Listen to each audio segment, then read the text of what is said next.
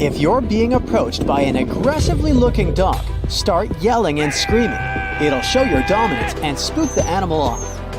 Yes, this is a widespread myth, and no, it won't help you if you meet a canine that looks as if it's going to attack you. The best course of action in this rather scary situation is to stand still and avoid direct eye contact with the animal. You shouldn't run. It may only encourage the dog to start chasing you. If the animal attacks, drop to the ground and curl into a ball, protecting your head and neck with your hands. But what if you come across another, much more dangerous representative of the canine family? A wolf? Running away won't save your life. Wolves are much faster than humans, especially in the forest. Plus, as soon as you start running, the wolf's prey drive will immediately kick in. Instead, maintain eye contact with the animal at all times and never ever turn your back on it. While trying to escape, make sure the wolf remains in front of you. If the predator ends up behind you, its hunting instincts may come into play, so slowly back away while facing the animal. You might have heard that if you've been bitten by a snake, you should apply garlic to the bite area. Another misconception. Garlic has absolutely no effect on snake venom. Instead, try to remember the color and shape of the snake. It can later help doctors treat the bite and figure out what anti-venom is needed. Also, remain still and as calm as possible. It can slow down the spread of venom. And, of course, immediately seek medical help. If you see a bear, fall down on the ground and pretend to have passed away. Unfortunately, it doesn't always work this way. First of all, you need to show the animal that you're not prey. Do not make any high-pitched noises and don't scream. This way, you may agitate the bear even more. If you wave your arms, do it slowly. If you decide to talk some sense into the bear, do it in a calm and low voice. Without taking your eyes off the bear, start to move sideways. It won't let you trip and go down.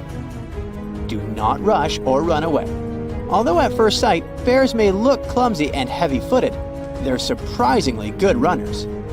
Plus, these animals love chasing their prey. That's why if a bear charges after you, stop moving altogether. There's a misconception that bees can only sting once. But in reality, the problem is that honeybee stingers are barbed and can easily catch on their victim's skin. The stinger gets stuck. The bee can't free itself and doesn't usually survive such an accident. You need to remember that bees will protect their hives no matter what. And they can sting you even if you're just walking by. Dark colors can make bees more aggressive, since such hues make people look like their natural enemies. That's why if you're dressed in a black t-shirt, your chances of being stung by these insects are higher. If a swarm of bees is following you, hide in an enclosed or dark space. The lack of proper lighting will throw the insects off your track. Similar rules apply to wasp encounters. One of the worst mistakes you can make is wearing your long hair down and wearing dark clothes. Wasps are attracted to dark moving objects, and your clothes and hair certainly fit this description. So if you suspect you may come across some wasps, put on some light-colored clothes and keep your hair tied up in a ponytail or bun. Contrary to popular belief, bathing a wasp sting in vinegar or baking soda won't help. Instead, apply some ice to the affected area. Gorillas are called the kings of the jungle, and not without a reason. They are leaders that tend to protect their family and land. They won't normally attack you if you behave obediently. So, upon meeting a gorilla, sit down. This way, you won't look large and threatening, towering over the animal. Try not to make loud noises and avoid direct eye contact.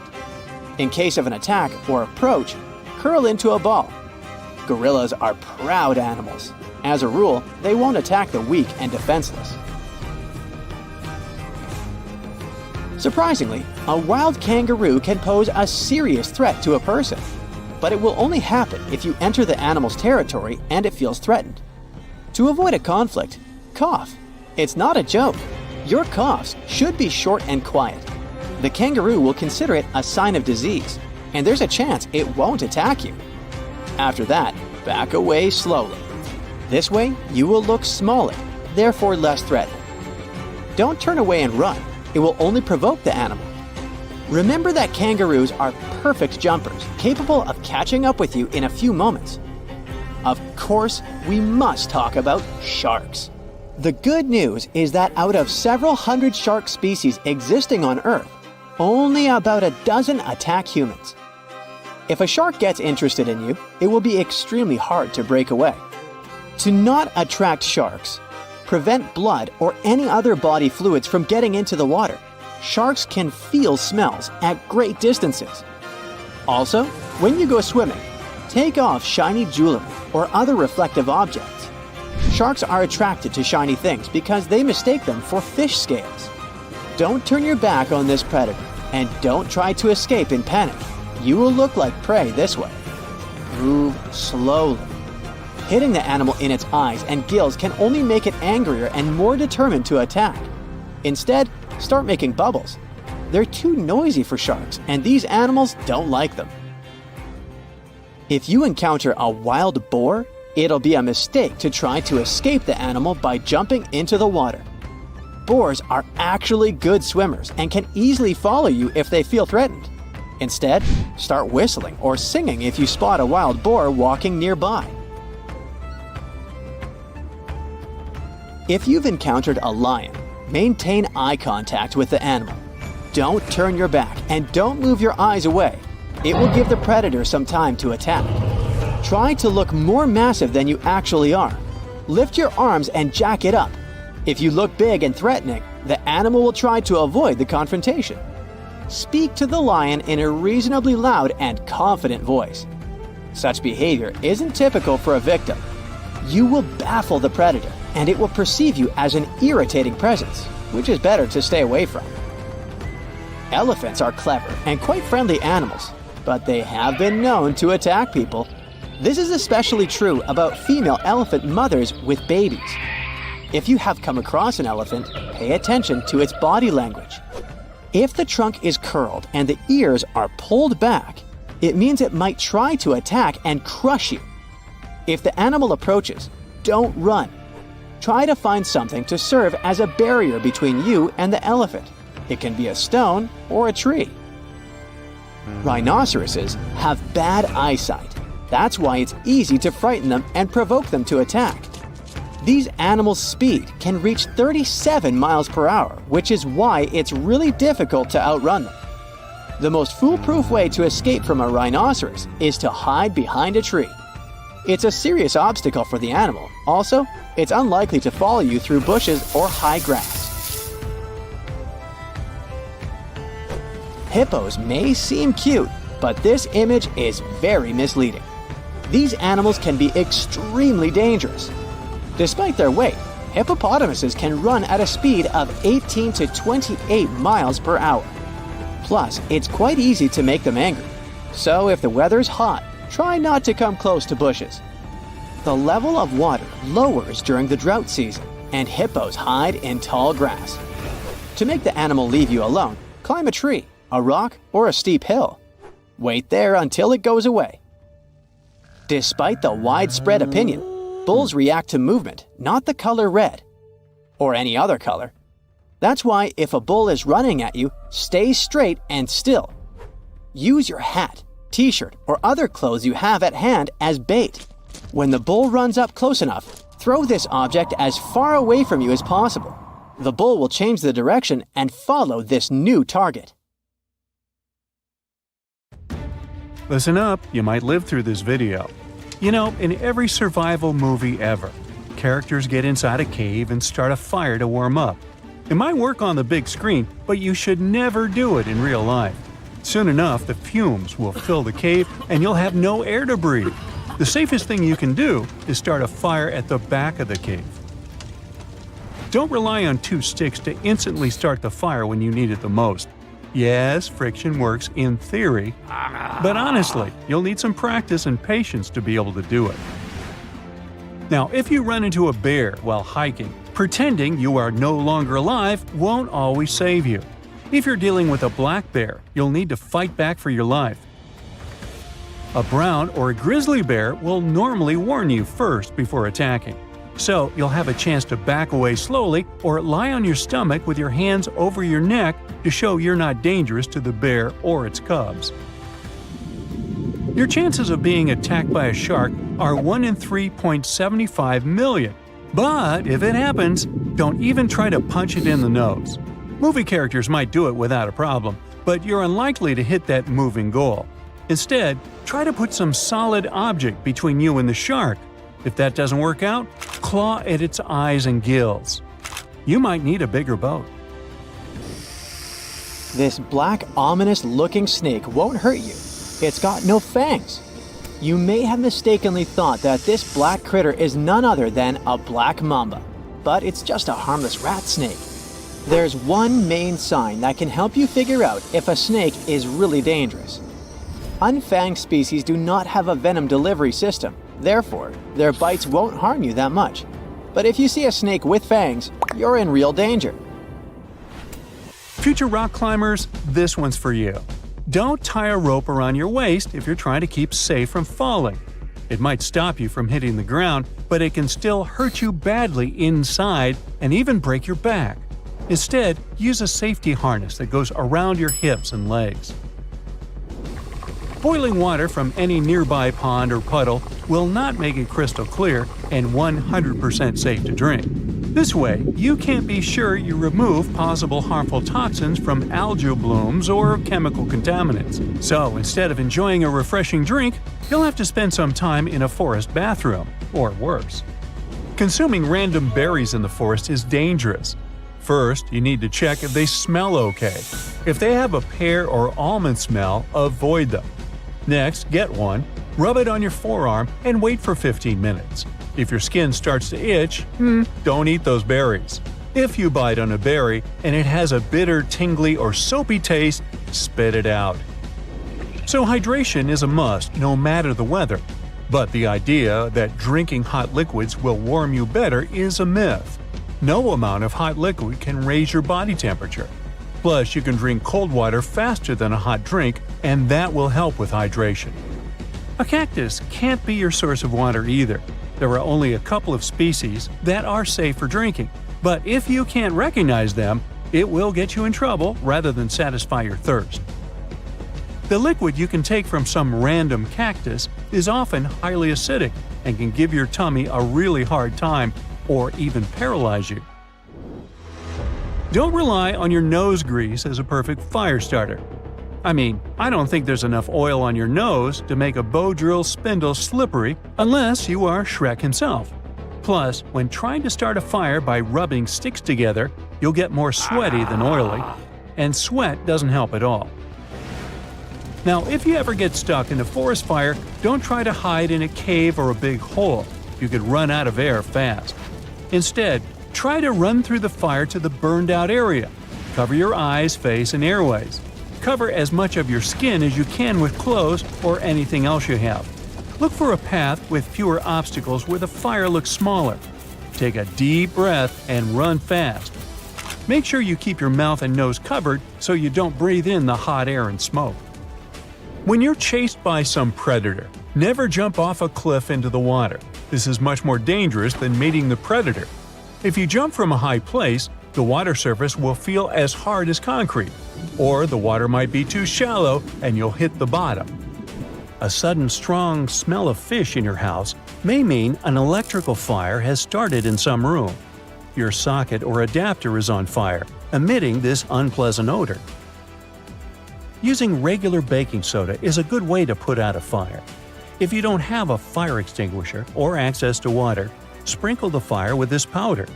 Also, this substance can hide your smell from predators. It's helpful if you've gotten lost in the forest and don't want wolves or bears to smell your scent. Use ordinary charcoal and a plastic bottle to clean dirty water. Cut off the bottom of the bottle and close the lid slightly on the upper part so that the liquid pours out in a thin stream. Put the coal in there and add some water. Let it pass through the charcoal several times. Then heat and boil the water. Now you can quench your thirst. Even if you get super hungry in the wilderness, don't eat whatever birds and squirrels are snacking on. If they eat it and survive, it doesn't mean your tummy will tolerate the same berries. Before going to the wilderness, remember several types of berries that grow in your region. The general rule is that green, yellow, and white berries are mostly poisonous. When lost without a compass or other navigational devices, don't rely on moss too much. You must have heard that it always grows on the north side of a tree. Actually, it can grow on any side, depending on where conditions are best for it. So you definitely won't find the right direction if you use it for orientation and will get even more lost. When stuck in the desert, you'll naturally want to take everything off to feel a bit cooler. Well, stop right there. If you let the sunlight touch your skin, you'll get a sunburn and speed up dehydration. Cover as much skin as you can from direct heat and try to maintain a normal body temperature.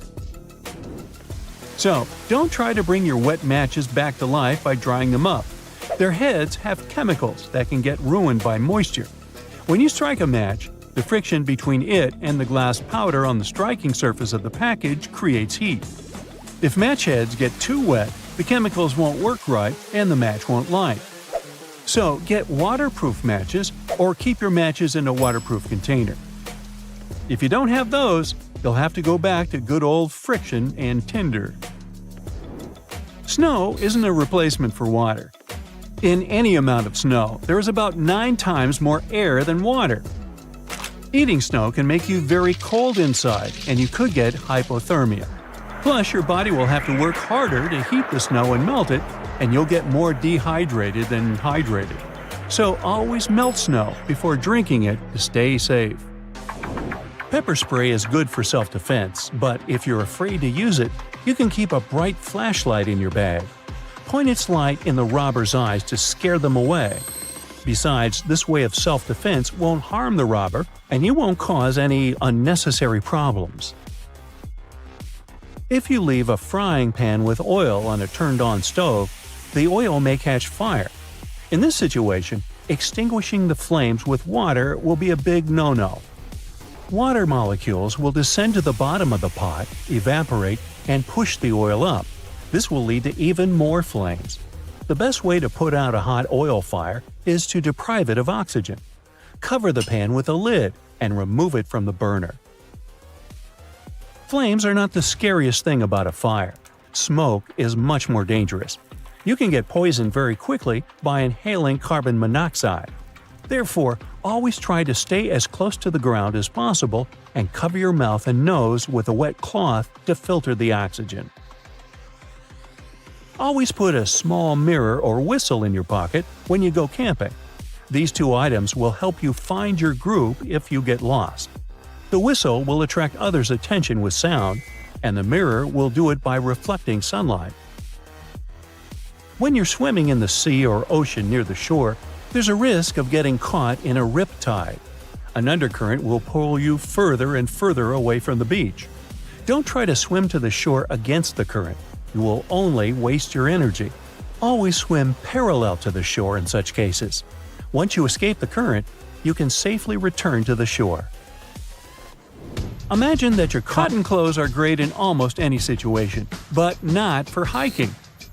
When cotton gets wet, it loses all its good properties and can make you feel much colder. Choose clothes made of polyester, nylon, or merino wool. Unlike cotton, these materials move sweat away from your skin and dry quickly. Sucking on stones won't help you quench your thirst. Yeah, the popular myth says that when you do it, your body produces more saliva, and it will hydrate you. Well, in real life, nothing can replace water, and you could choke on the stone. Don't even think about rubbing frostbitten skin. Frostbite happens when ice crystals form in your skin and other tissues. Rubbing the area makes it worse because the ice crystals can cut and damage new cells. Instead, gently warm up the frostbitten area.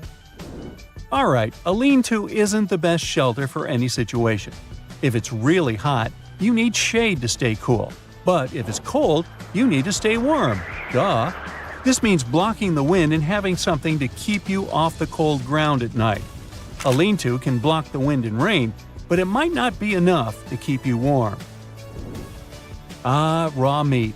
It's safe to eat when it's high quality and processed with sanitary standards in mind. So, unless you're a chef who brought some tartare on the hike, don't eat raw meat. It can be risky because it might contain germs that can make you sick later on. One roof is not enough to protect you from all evil, and you'll waste way more energy than you think trying to build it. So instead of focusing on it, try to build a comfy bed using sticks, leaves, or old newspapers. This bed will keep your body heat from escaping into the cold ground. Every car has a thermometer, a device that shows you the temperature of air outside. Sometimes, manufacturers put its sensor behind the front bumper, near the engine. While driving, the thermometer gets heated by the engine and shows you a higher temperature. Even if it's freezing outside, the device can indicate that it's warm. Therefore, don't trust the thermometer if it's installed this way. What if there's some ice on the road and you're driving completely sure that the asphalt is dry? You don't have to stay away from a person who has been hit by lightning. They won't shock you, and they really need medical help. So check for the pulse and make sure you call the emergency services for them. Now, quicksand isn't as dangerous as you might think. It's a myth that if you get trapped in it, you should stay still and wait for help. What you should do is lean back and make forward and backward movements with your body to wriggle yourself out of trouble. You shouldn't really suck the venom out after a snake bite. This way you'll just get more bacteria into the open wound and risk your life too, if you're the one trying to help. Try to stay as calm as you can in such a situation to reduce your heart rate and slow down the spread of venom. Call 911 and remember the size and color of the snake to give these important details to the doctor. Okay, stay safe. When you're out hiking in the bush, remember not to mess with any snakes you come across, even if they don't seem alive. Some sneaky snakes play possum and can strike if bothered. If you spot one, give it some space. When it comes to snakes, they're usually pretty shy and won't bother you unless they feel threatened. Trying to catch or harm a snake is a big no-no, as that's when most snake bites occur. And don't be tricked by their size. Even little snakes can pack a punch. For example, baby brown snakes are born with venom, so it's best to admire them from a safe distance. Each year, over 7,000 Americans fall victim to snake bites, often due to misguided attempts to handle or fight a snake.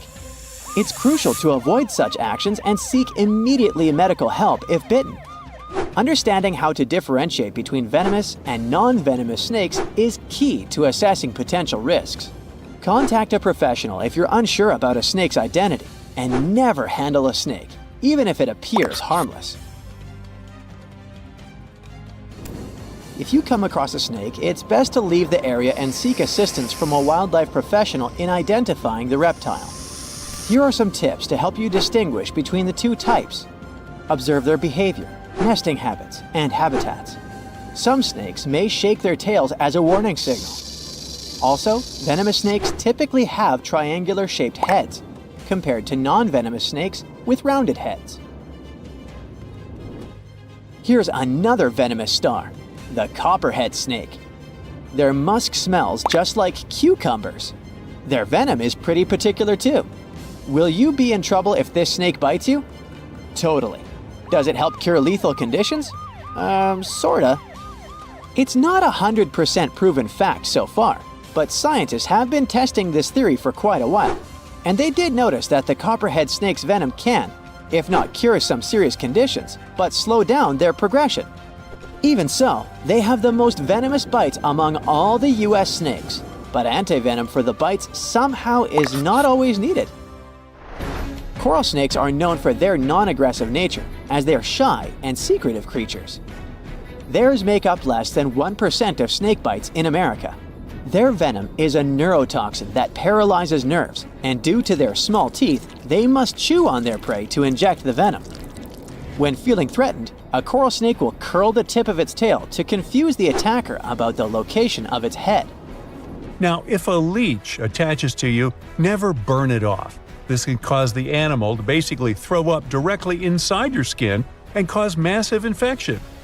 Try using a credit card to break the seal and remove the leech. Or if you're brave enough to wait for an hour, the parasite will fall off once it's fed. If a power line falls near you, you should run away. Electric current is now everywhere on the ground. When it comes into contact with one leg, it passes through the person's body and exits through the other leg, thereby hitting the whole body with a powerful charge. Always take some gum with you when going to the wilderness. If you get lost, chewing gum will help you relieve stress. You can also use this material as glue. Always keep your car keys next to your bed. If a thief enters your house, use the keys to turn on the car alarm and scare the thief away. But installing a good security system in your home is even better. While skiing or snowboarding, there's always a chance of getting caught in an avalanche. If you find yourself under a layer of snow, don't try to get out immediately. Your mind is confused, and you need to know where is up and where is down. Spit and see where the saliva flows. Then start digging in the opposite direction. When your plane makes an emergency landing on the water, your instinct can force you to put on your life jacket immediately. Don't do this until you're in the water.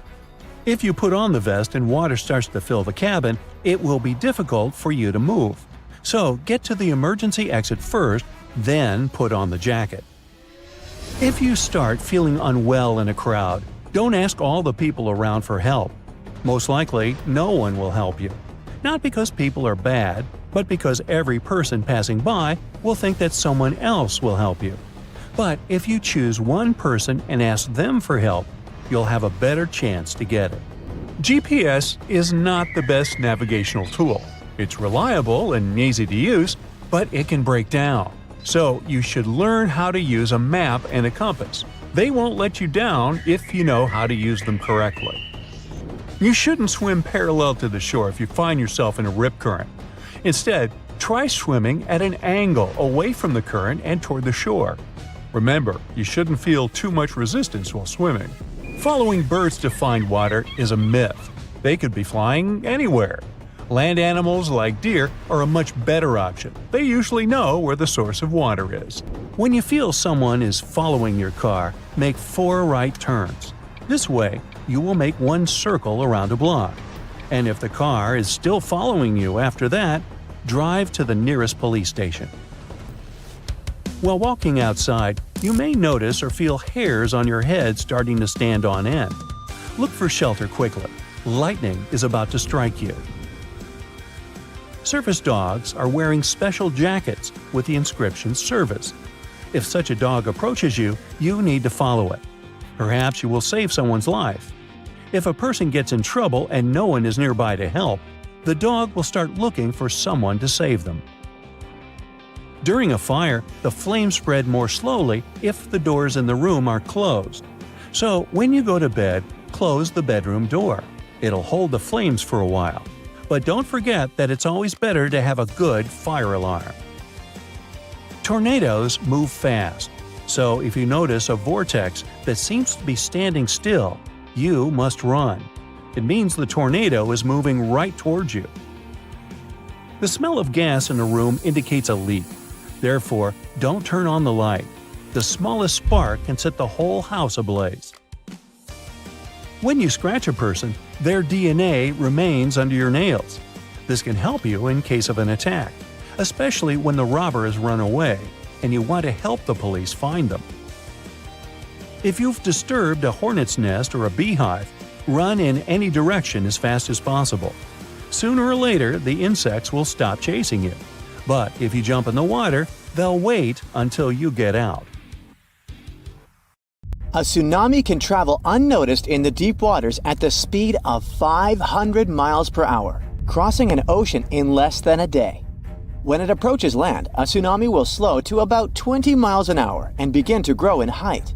Most of these waves are less than 10 feet high when they hit land, but they can reach more than 100 feet high, about 2 times as tall as the Hollywood sign. When a tsunami comes ashore, areas less than 25 feet above sea level and within a mile of the sea are in the greatest danger. But sometimes, tsunamis can go 10 miles inland. If you're by the coast and feel a strong earthquake, especially one that lasts for more than 20 seconds, that could be a major red flag that a tsunami is on the way. Keep an eye out for sudden changes in the sea level. If the water suddenly recedes way further back than usual, exposing normally submerged areas, that's a sign that a tsunami might be on its way. Plus, if you hear a roaring sound coming from the ocean, like a freight train or a jet engine, that's another ominous sign. And pay attention to any unusual animal behavior.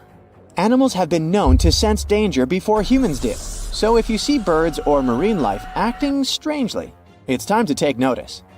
If you receive an official tsunami warning from authorities, whether through sirens, radio, TV, or mobile alerts, don't ignore it. Take immediate action. If you're in a tsunami-prone zone and experience an earthquake, don't even wait for official warnings. As soon as it's safe to move after the shaking stops, head to the nearest elevated area promptly to ensure your safety. Practice evacuation routes before a real disaster. You might have to follow this route at night and in terrible weather. If you know it well, you'll need to do less thinking in an emergency, which can be life-saving. Talk about tsunamis with all your family members. Everyone should know what to do to minimize fear and win some precious time. Don't store your important papers and valuables in low-lying areas. Floodwaters can go really high during a tsunami, so put your documents in waterproof containers on higher ground. After an earthquake, bridges and roads often get damaged or become blocked. Not to get trapped in a car in a potentially hazardous location, walk or run towards safety. Never go down to the shore to watch for a tsunami. If you can see the wave, it means you're too close to outrun it. Most tsunami-prone areas have signs indicating evacuation routes. Look out for white and blue signs marked Tsunami Evacuation Route, or similar instructions to guide you inland and away from danger zones. In urgent situations where evacuation isn't possible, seek refuge on the third floor or higher in a sturdy building. Even better, aim to reach the rooftop of the tallest and most robust structure nearby.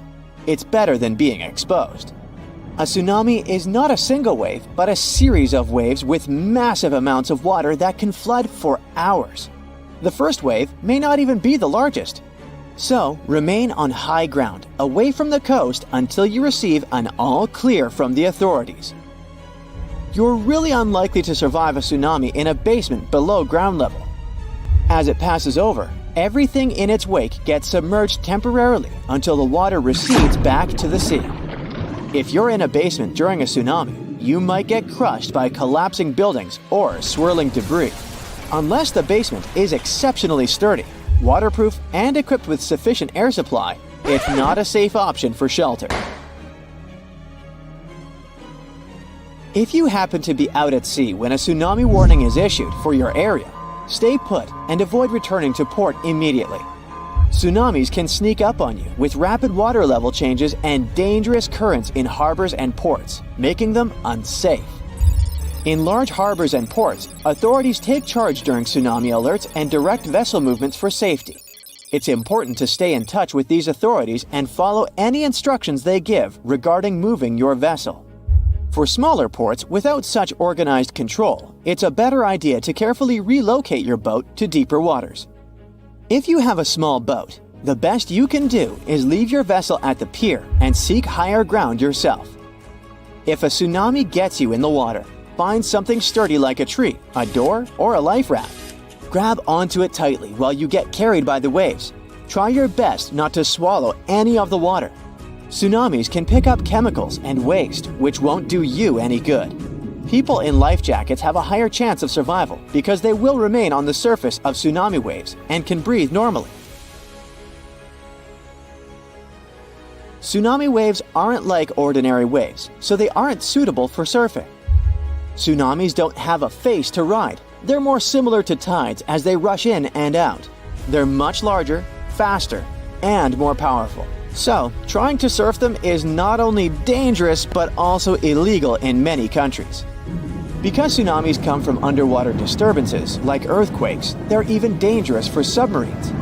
Despite submarines' robust design to withstand underwater pressure, the force of tsunamis can cause damage. Tsunamis also generate strong currents that can mess up a submarine's ability to navigate effectively. In cases of severe tsunamis, submarines may get hull damage, threatening their buoyancy and integrity. Such scenarios can lead to submarines sinking or being carried away by the waves. That's why submarines operating in tsunami-prone areas must be extra careful and equipped to respond swiftly if this sea monster strikes.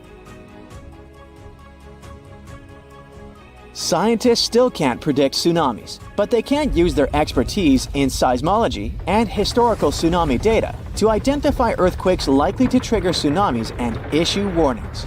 They gather crucial data from seismic and water level networks worldwide, which enables them to swiftly assess earthquake characteristics such as magnitude, location, and depth.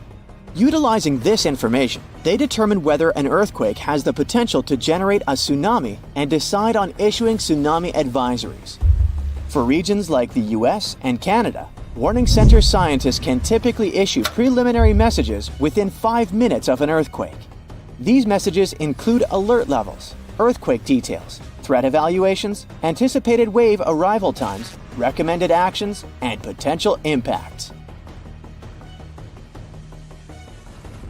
On the 26th of December 2004, early in the morning, an enormous earthquake shook up the ocean floor near the Indonesian island of Sumatra. This seismic event unleashed a monstrous series of waves, tsunamis, that spread out across the Indian Ocean, reaching as far as East Africa over the next 7 hours. These waves were towering walls of water, some reaching a height of over 30 feet. When they slammed into the coastlines of countries like Indonesia, Sri Lanka, India, Maldives, and Thailand, the devastation was catastrophic. Over 200,000 people lost their lives in this most devastating tsunami on record. And it wasn't just the immediate impact. Long-term consequences hit hard too. Villages, resorts, farmlands, and fishing areas were destroyed or submerged in salt water along with debris. Japan is one of the most earthquake-prone countries in the world because it's located on top of 4 converging tectonic plates that constantly interact with each other. After a terrible tsunami in 2011, the country started a colossal project dubbed the Great Wall of Japan. With a jaw-dropping price tag of around $13 billion, this wall goes from the north to the south of the country. The goal is to safeguard coastal towns from future tsunamis, buying its people precious time to save themselves. Some locals worry that this towering structure will sever their deep-rooted ties with the sea. They fear losing touch with the ocean's rhythms and cues, which are crucial for spotting upcoming disasters. But for many coastal towns, the wall is a lifeline, giving them hope for rebuilding shattered lives post-disaster. Some so-called survival experts claim that in a critical situation, when you're out of water, it's okay to go number 1 and then drink this, nature's lemonade. Well, listen closely. That's nothing but an extremely dangerous myth. Not only is it gross, but it won't quench your thirst either. Even more, you're going to experience the opposite effect and get dehydrated at a much faster rate. You see, this bladder brew is the last step in your body's attempt to get rid of waste. No wonder it's brimming with waste products, which you should, by no means, reintroduce into your poor dehydrated body. However, it works just like water when you want to cool your body temperature a bit. Feel free to use your yellow rivers to dampen your clothing in case you want to freshen up. Another popular myth about hydrating your body speaks about sucking on a stone if you end up dehydrated. Well, while it's sort of true that sucking on a stone can help stimulate saliva flow, it's actually an ancient survival technique that people once used worldwide. But it doesn't provide actual hydration since, obviously, you can't get any water from the stone itself. Moreover, there is a risk of accidentally inhaling the stone if it's small, and it can potentially lead to choking. And finally, you never know what this stone experienced in life before you somehow decided to suck on it. Now, you might have heard that moss grows on the north side of trees, and you can use this knowledge to navigate through a forest. Well, I must disappoint you. Contrary to popular belief, and to what is often depicted in cartoons and movies, moss doesn't consistently grow on the north side of trees. The growth of moss depends on the species and the local climate. It thrives in areas where conditions are the most favorable, and it has nothing to do with the north or south, so don't rely on this rule too much. So, space blankets actually do work.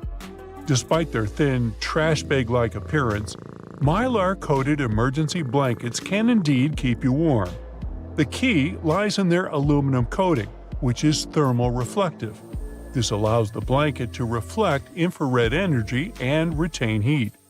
If you're experiencing shock or exposure, your body loses heat to the air, and it leads to a drop in body temperature. A space blanket helps prevent this by keeping moisture in your clothes and reducing evaporation, which in turn limits heat loss. Wrap yourself in one of those tinfoil-like sheets and you'll stay much warmer. Another plus, these blankets are compact and affordable, so don't forget to throw them in your backpack before heading out. Now, loads of people think that when they're lost outdoors, they need to find food first. That's a dangerous belief. In this kind of emergency situation, prioritize water and shelter over food. A study from 2009 indicates that humans can survive up to 2 months without food and between 8 to 21 days without both food and water, even though this number varies based on individual and environmental factors. In survival situations, finding water and shelter is far more critical than getting food. In harsh conditions, you might only last 3 hours without adequate shelter and 3 days without water. If you have water and shelter, it significantly increases your chance of survival. Unfortunately, there are also many misconceptions about treating hypothermia, like the statement that a hot tub can cure this condition. Now, it's true that rewarming is essential when dealing with hypothermia, where the body's core temperature drops below the normal 98.6 degrees. But placing a hypothermic person into a hot tub can cause extreme pain and may even trigger a serious health condition, like a heart attack. Instead, put hot water bottles under the person's armpits or use skin-to-skin rewarming. Avoid using high heat sources. They can be extremely harmful in this situation. Another myth connected to hypothermia is that you should let a hypothermic person sleep. In reality, it's crucial to keep them awake while warming them up. Symptoms like shivering, confusion, slurred speech, and clumsiness indicate severe hypothermia, and drowsiness can follow. Allowing a hypothermic person to sleep can be dangerous, potentially leading to the worst possible outcome. Stay alert and make sure that the person remains conscious while you're warming them up. How about feeding a hypothermic person? You may have heard that you should by no means do it, but this is actually false in mild to moderate cases of hypothermia. The treatment for hypothermia differs from that of normal shock. Feeding someone in shock is dangerous because they might throw up and choke if they lose consciousness. However, in moderate cases of hypothermia, small, repeated doses of high-calorie foods are beneficial. Such foods generate metabolic heat, helping the hypothermic person regain their ability to produce body heat. Now, when lost in the wilderness, you can eat anything animals eat. Well, hold on. It might be one of the most dangerous survival myths. Although humans share some biological similarities with other animals, there are significant differences in our dietary tolerance. Some plants that are safe for animals can be extremely dangerous for humans. Birds, for example, consume a variety of berries, some of which are toxic to us. Even squirrels, which typically eat nuts, safe for humans, sometimes gnaw on mushrooms and nuts that can make us feel very unwell. Just because an animal eats something doesn't mean it's safe for you to munch on. There is a belief that to find water, you should follow flying birds, but this method is super unreliable. While some aquatic birds rarely stray far from water, many species roam extensively in search of food.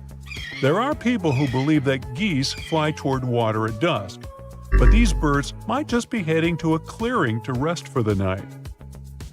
A common belief is that if you can dent wood with your thumbnail, it's suitable for starting a friction fire. This myth is quite widespread, but it isn't reliable. Some softer woods that pass the thumbnail test are ineffective, while some denser woods are quite good for friction fires. The success of the thumbnail test is coincidental. It's not a dependable method altogether. So stop destroying your poor nails. Another misconception connected with friction fires is that you should use hardwood to get the best flames. While oak and other hardwoods are excellent for general firewood, they are not ideal for friction fires. Hardwood's high ignition temperature and density make it unsuitable for friction fire drills or boards. Instead, you can use non-resinous softwoods like cottonwood, basswood, cedar, and willow, which are much better suited for starting friction fires. Meanwhile, in an emergency situation, eating raw meat and seafood can help you survive. Well, that's not entirely true. Indeed, survival shows often depict hosts eating all kinds of raw things, but this isn't the best survival practice. Raw animal meat contains pathogens, including bacteria, viruses, and other microorganisms. They can easily cause serious and hard-to-diagnose illnesses in humans. Many people consume sushi and don't experience any health issues.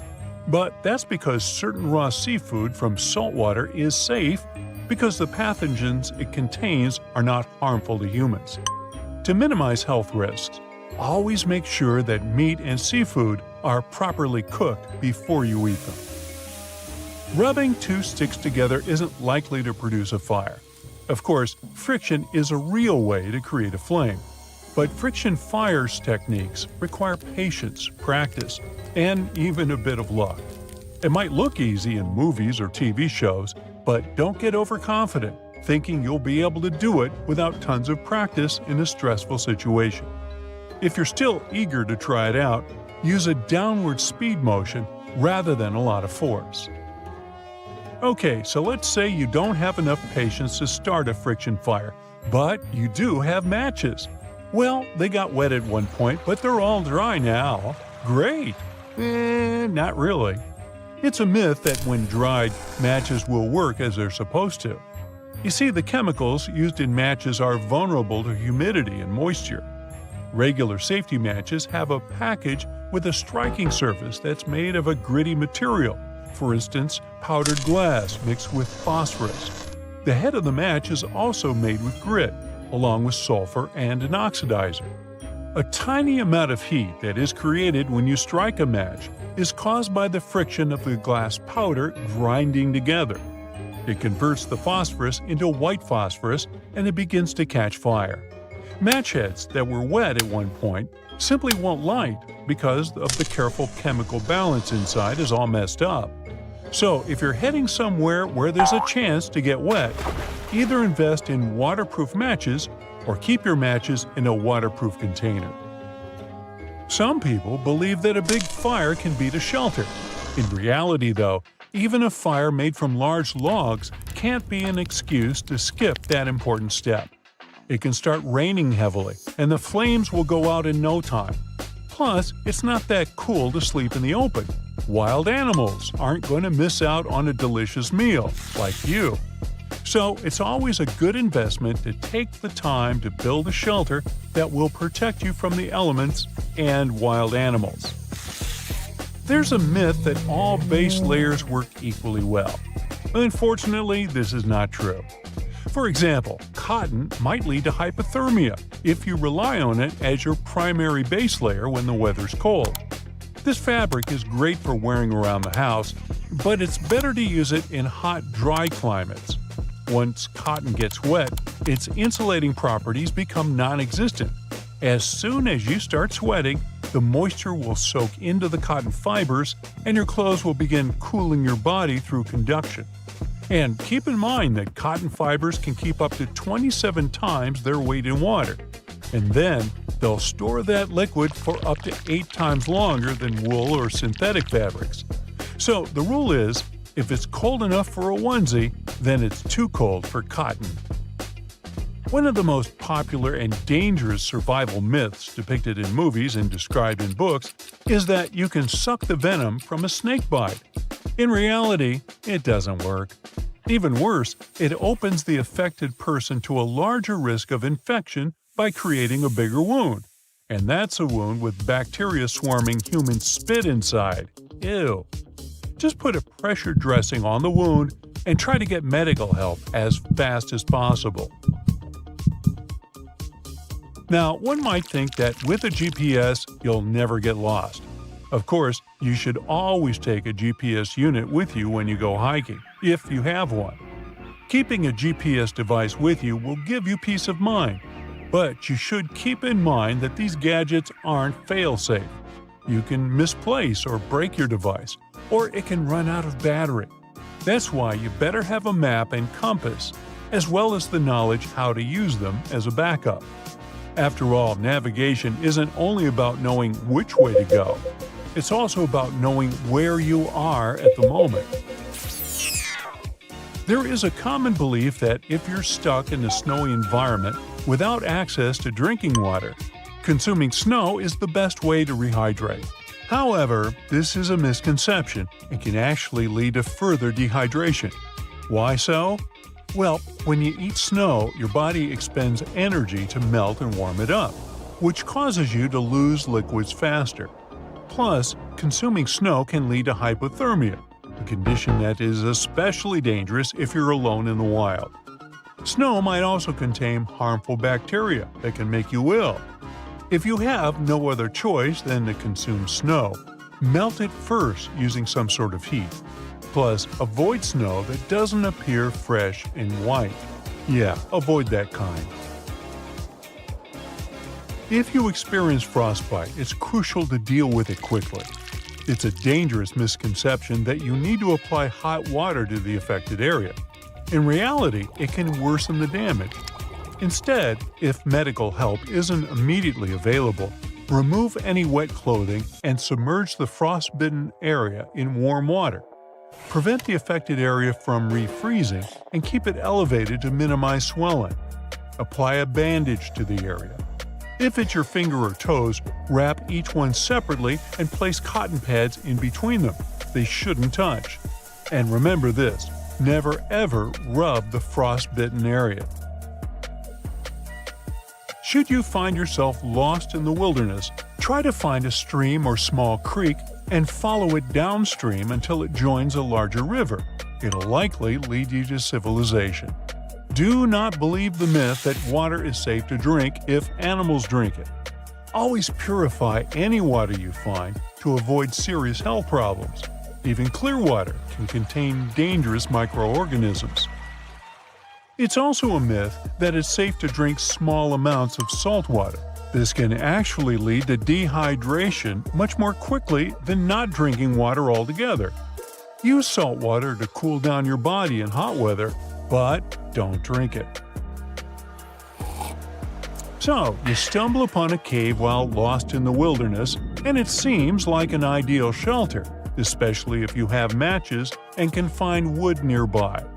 But keep in mind that you should never build a fire inside the cave. The heat can cause the rocks to expand and potentially break, leading to a rock fall or landslide. Instead, build your fire outside the cave to stay safe and warm. When you realize you are lost during a hike, stop moving immediately. It may seem counterintuitive, but staying put and creating a shelter increases your chances of rescuers finding you. This approach also prevents you from dehydration caused by continuous movement. Now, you might have heard that if you come across an unfriendly swarm of bees, you should jump into the water and the buzzing creatures will leave you alone. The problem is that bees are patient. They will wait for you to resurface. Instead, run in a straight line as fast as you can until the bees give up the chase. Better yet, find a shelter in a car, house, or a public bathroom. Now, here are a few more survival tips as a bonus. Keep them in mind, and you'll be prepared for any kind of emergency. Upon encountering a snake, do not approach it and don't try to scare it away. Snakes are sensitive to vibrations, so making noise by raising your voice, clapping, or stomping can encourage it to retreat. If possible, simply walk away from the reptile. If you're falling from a cliff, and you can think, try to break your fall into several shorter parts to absorb the impact. Grabbing onto sturdy objects like bushes or rocks can slow your fall and increase your chances of survival. Good luck! If you've fallen through ice into freezing water, do not try to pull yourself out by grabbing the ice edge directly. It'll likely break. Instead, kick your legs to position your body horizontally and then wriggle out onto the ice. Once on the ice, stay spread out to distribute your weight and prevent further breaks. If you spot a whirlpool at sea, stay calm. Understand the direction of its spin, ride along its side, and use its current to propel yourself out of danger. If trapped, take a deep breath and wait for a chance to swim away as the whirlpool weakens. If trapped under debris during an earthquake, protect your respiratory system and conserve your air supply. Use your shirt as a makeshift hood to shield your face from dust and debris while you attempt to reach the surface. When stuck in quicksand, keep your head and arms above the surface. Wiggle your legs slowly to allow the quicksand to fill the space and create more room for movement. Stretch out on your back to increase your surface area and use gentle movements to free yourself. If you're out of kindling for starting a fire, use junk food, for example, chips. They can serve as effective substitutes for dry leaves due to their high fat content.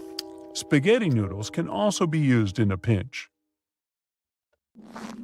You're up to your neck in cold water. There's ice all around you. You've got to get out! When you're swimming in freezing cold water, your body can get a bit of a shock. Your reflexes might make you want to gasp, but don't. Just do your best to keep your head above water. Throw off any heavy objects like boots, jackets, or backpacks. When you reach some ice, don't just try and jump out. It's not exactly a swimming pool. Try to get into a horizontal position and use your strong legs to swim onto the ice. Use your hands to pull you out. Once you're on the surface, roll away from the edge, then crawl, then walk. If you're venturing into the wild, you may want to get some stuff ready beforehand. Make your own fire starter at home. Heat up some water in a pan, put a Pyrex container in there, and melt some paraffin wax inside it. Then take an egg carton and put some dryer lint in each section. Fill them with paraffin. Wait till it's all solid and cut out each little section. Just one of these little guys will make starting a fire way easier. Dental floss can be super handy for surviving in the wild. You can use it as fishing line with a can tab as a hook, or you can use it as a clothesline. Just stretch it between two trees. It looks kind of flimsy, but a single strand can hold up to 5 pounds. It's also quite flammable, so if you're having trouble starting a fire, you can use a few feet of floss to start it up.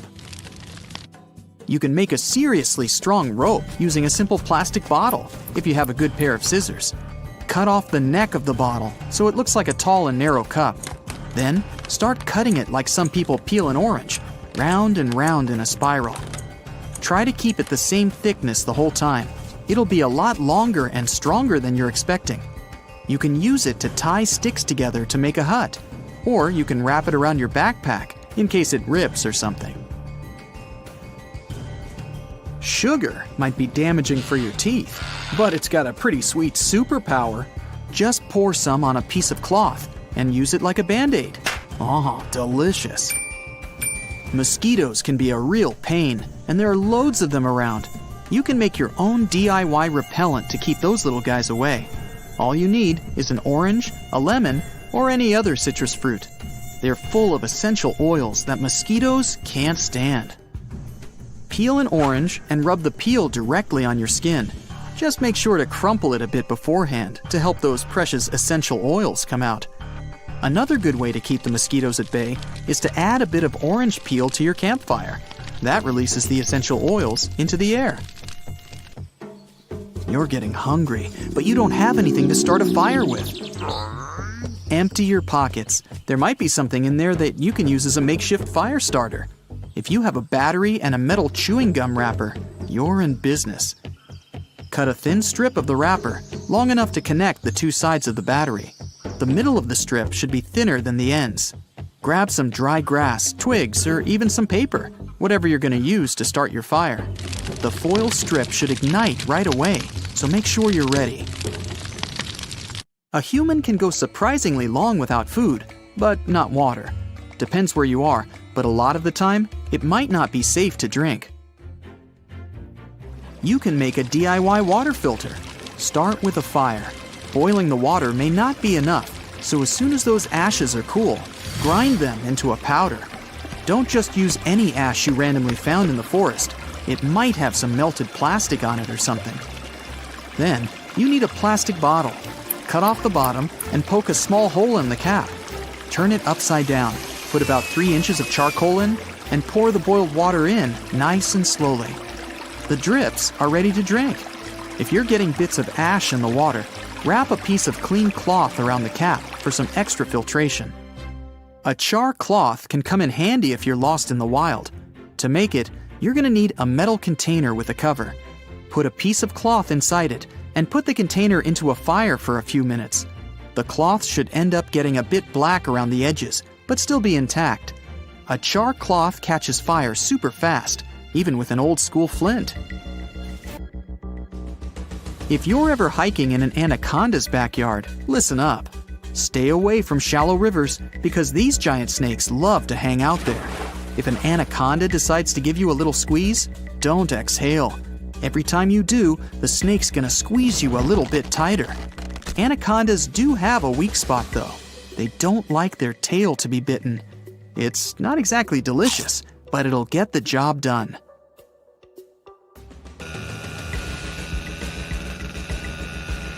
Avalanches are pretty powerful, so remember these tips next time you're out on the slopes if things get a bit hairy. First off, cover your mouth. Use a scarf or some other piece of cloth, and don't let the snow in. Keep one arm straight above your head, and don't forget to dig out a little pocket in front of your face. That'll let you breathe for about a half hour. Get rid of anything heavy you're carrying, even if it's expensive. But make sure you hold onto your backpack. It's an extra layer of protection.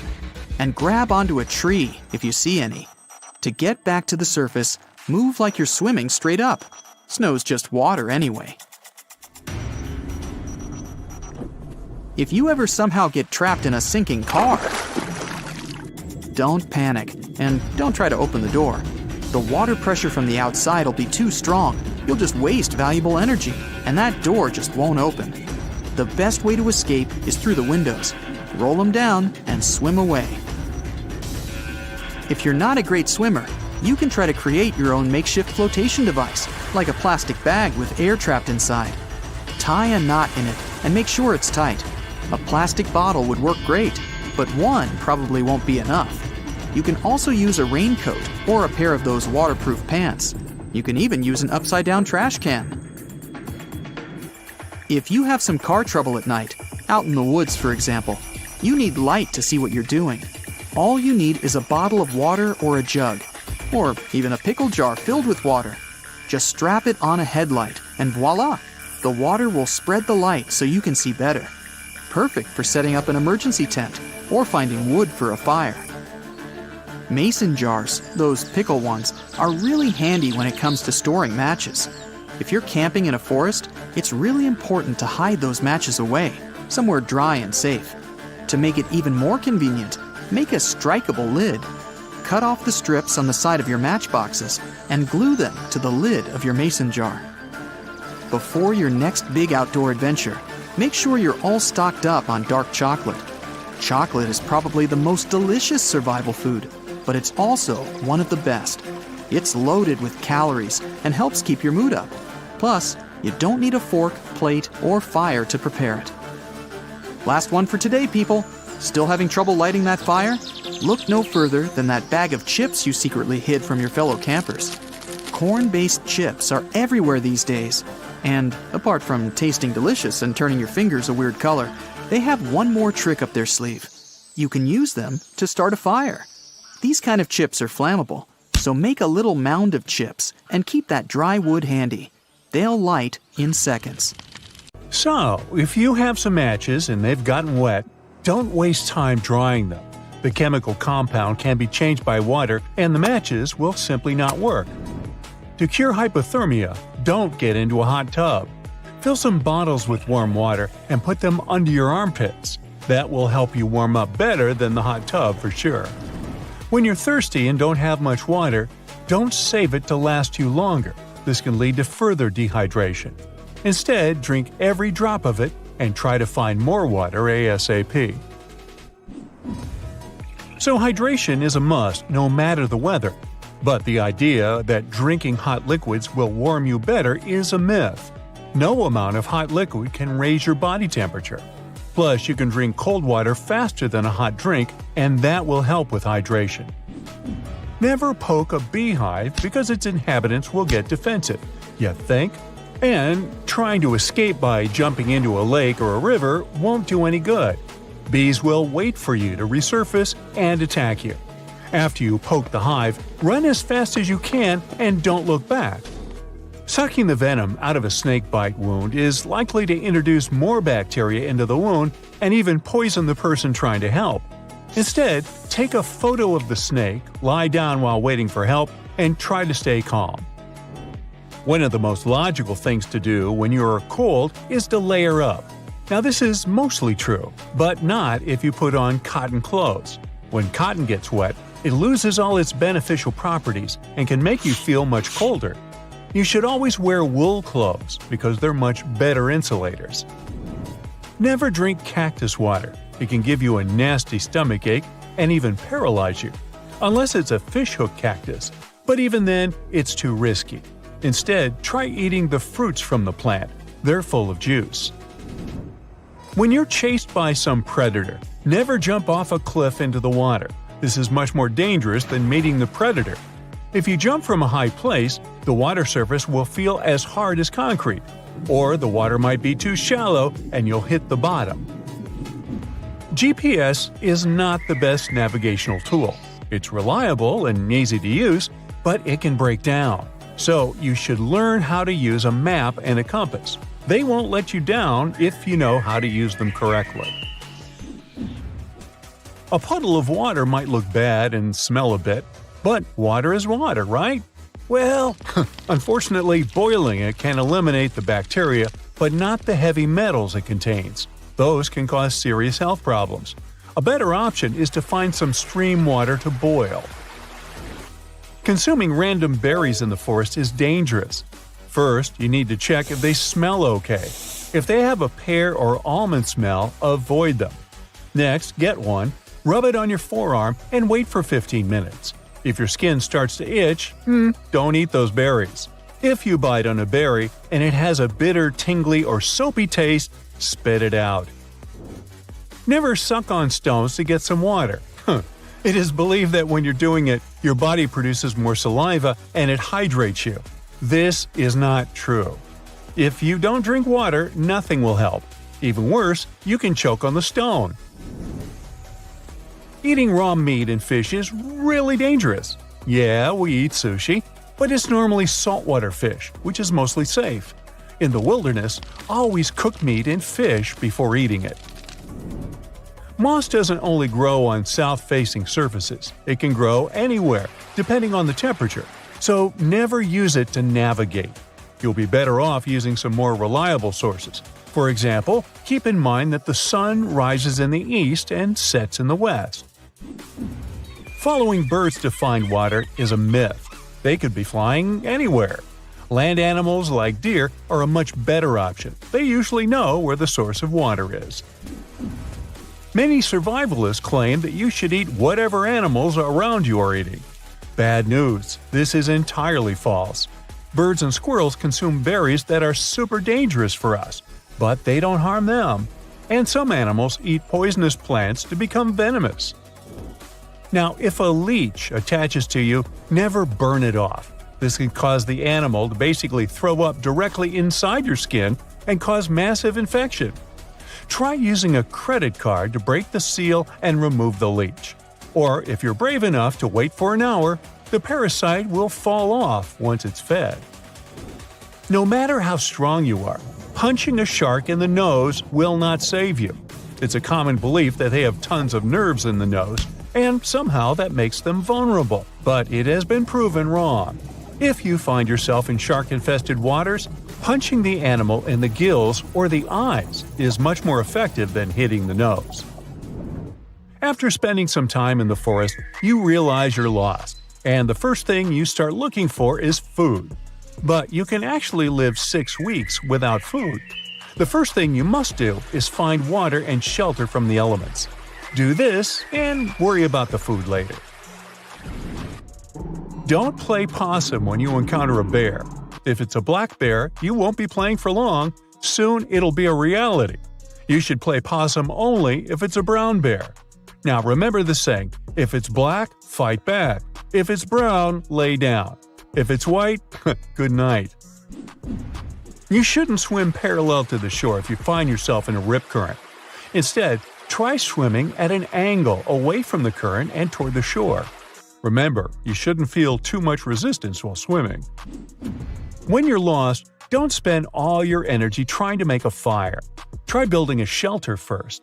This can protect you from the elements, and you'll have a place to rest and sleep after a long, exhausting day of surviving. Bonus tip: always build a bed in your shelter. You'll be warmer when you're off the ground. Now, being stuck in the desert will for sure make you hot. But to avoid getting even hotter, don't take any clothes off. The fabric serves as insulation and keeps you cool, unless it's a thick wool sweater, of course. Most people living in hot climates wear white clothes covering their whole bodies to avoid getting overheated. Eating snow can cause further dehydration. Your body will use more energy to melt the snow and thus more liquid. Take your time and melt the snow first, and then you can drink the water. Also, make sure you're only melting pure white snow. Discoloration means it contains something else besides water, especially if the snow is, yellow. If you stay in the cold for too long, you might get nasty frostbite. If you recognize the symptoms, never rub your hands together. It can damage your skin even more. The best thing to do is to seek immediate medical care. So, you see a cave, and the first thing you do is start a fire. Cave people did that all the time, so it must be okay, right? Wrong. The buildup of smoke can be very harmful. Instead, try covering yourself with some plant leaves to warm up. Getting stung by a jellyfish hurts a lot, and taking a leak on a jellyfish sting will not help you. It'll make the situation much worse. Wash the area with salt water and ask for medical assistance. It'll save you from an uncomfortable situation. Trust me on this. It was a routine flyover for the Coast Guard. Miles and miles of deep blue ocean. Suddenly, guardsmen noticed a makeshift flag on a deserted island between Key West and Cuba. They lowered from 500 feet to see what was going on there. 2 men and a woman were waving hands in distress. It was apparent they needed immediate help. The crew couldn't land at once because of the bad weather, but they dropped some food, water, and a radio to discover why they were there. They learned the castaways had been there in the Bahamas for a whopping 33 days already. Their boat hit a storm and capsized, and all they could do was swim to the nearest island. They also informed the crew the woman needed help as soon as possible. The next day, the rescue crew arrived in a helicopter and took the castaways to a hospital in Key West. This helped them avoid any serious consequences for their health. Everyone who took part in the rescue operation was surprised at how well the rescuees handled the situation and how coherent their speech was. So, 5 weeks on an island with no food or drinkable water sources. How did they survive, you might ask? Well, they were smart enough to have used coconuts to stay hydrated and conchs for food. And they did a great job building the flag for prospective rescuers to see. That's one of the secrets of surviving if you ever find yourself in a similar situation. Burn damp or wet wood to produce some smoke. Arrange flares in a triangle. Pile large rocks spelling out SOS or help. These are all internationally recognized distress signals. If you're changing your location for some reason, leave an arrow made out of rocks, showing which direction you went. To ensure the rescuers can not only see you, but hear you, make a whistle out of an acorn. Hold an acorn cap with both hands between your thumb and index finger. Make a triangle with your thumbs near the top of the acorn. Hold it close to your mouth and let some air through that triangle in the cap. You've got to practice a bit to make a loud sound. Ouch! That was too loud. If you get lost, remember the rule of 3 to stay calm and do the right things in the correct order. You can survive 3 minutes without air, 3 hours in extreme temperature, 3 days without water, and 3 weeks without food. So, start with building a shelter, then get water, and only then take care of the food. If you're in better luck than the Bahamas castaways and have some matches with you, make them waterproof. Cover them with a thin layer of transparent nail polish and let them dry well. To always have something to light them with, glue a piece of sandpaper to a plastic box lid and put matches inside.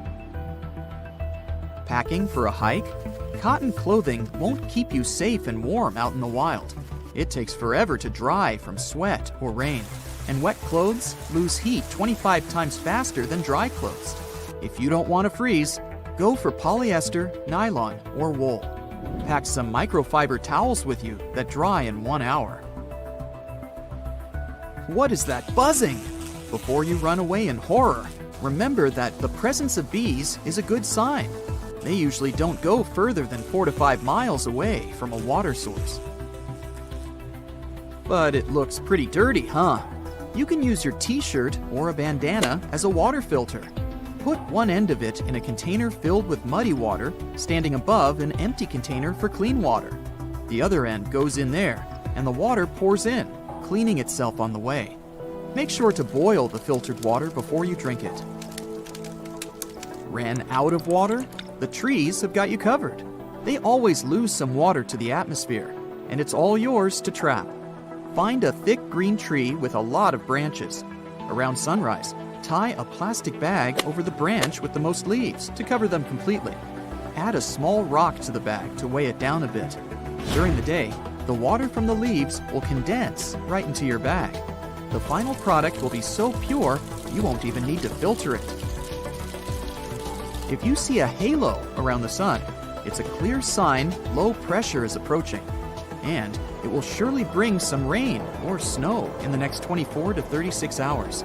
If the halo is broken, you can even predict where the storm is coming from, right from the damaged side. Sounds like a storm is coming. You can make yourself a waterproof trash bag mini shelter to come out of it dry and warm. Just make a hole for your face and put it on. Use 2 bags to keep your feet dry too. If you hear thunder, count the seconds between it and the lightning flash. If it's less than 30 seconds, you have to hide somewhere because the storm is too close. If you can't do that, stay away from tall lone trees. If you're in a group, spread out to minimize the risks of everyone getting shocked. You can also build an A-frame shelter out of a trash bag. Find some sticks for the central rib. Split the bag into a blanket and cover the rib with it. Use 4 rocks to keep the corners down. Trash bag or no trash bag, never build your shelter on damp ground or on the top of hills. The wind might get extra strong at night, and there will be no trees to protect your shelter from flying away. Now that you've got yourself some shelter, make a good bed inside. Use dry leaves or grass. Get them under your clothes or blankets for an extra layer of insulation. This tip works both for winter and summertime. You always risk losing more body heat than you can produce. Don't have a rope on you? You can make one yourself out of plants. Find some long grasses, or even better, dry ones, and weave them together in a braid or just a cord. You can also use bark from trees or branches you find on the ground. Before you venture into the wild, especially the wild with plenty of bushes and thickets, make sure your shoelaces won't get caught on the branches. Tape the loose ends with duct tape to your upper ankle, and voila, you won't fall, at least because of tangled laces. As you prepare for your adventure, master at least one basic knot. Trust me, it can be life-saving. The bowline will help you if you need to attach something to a rope via a loop.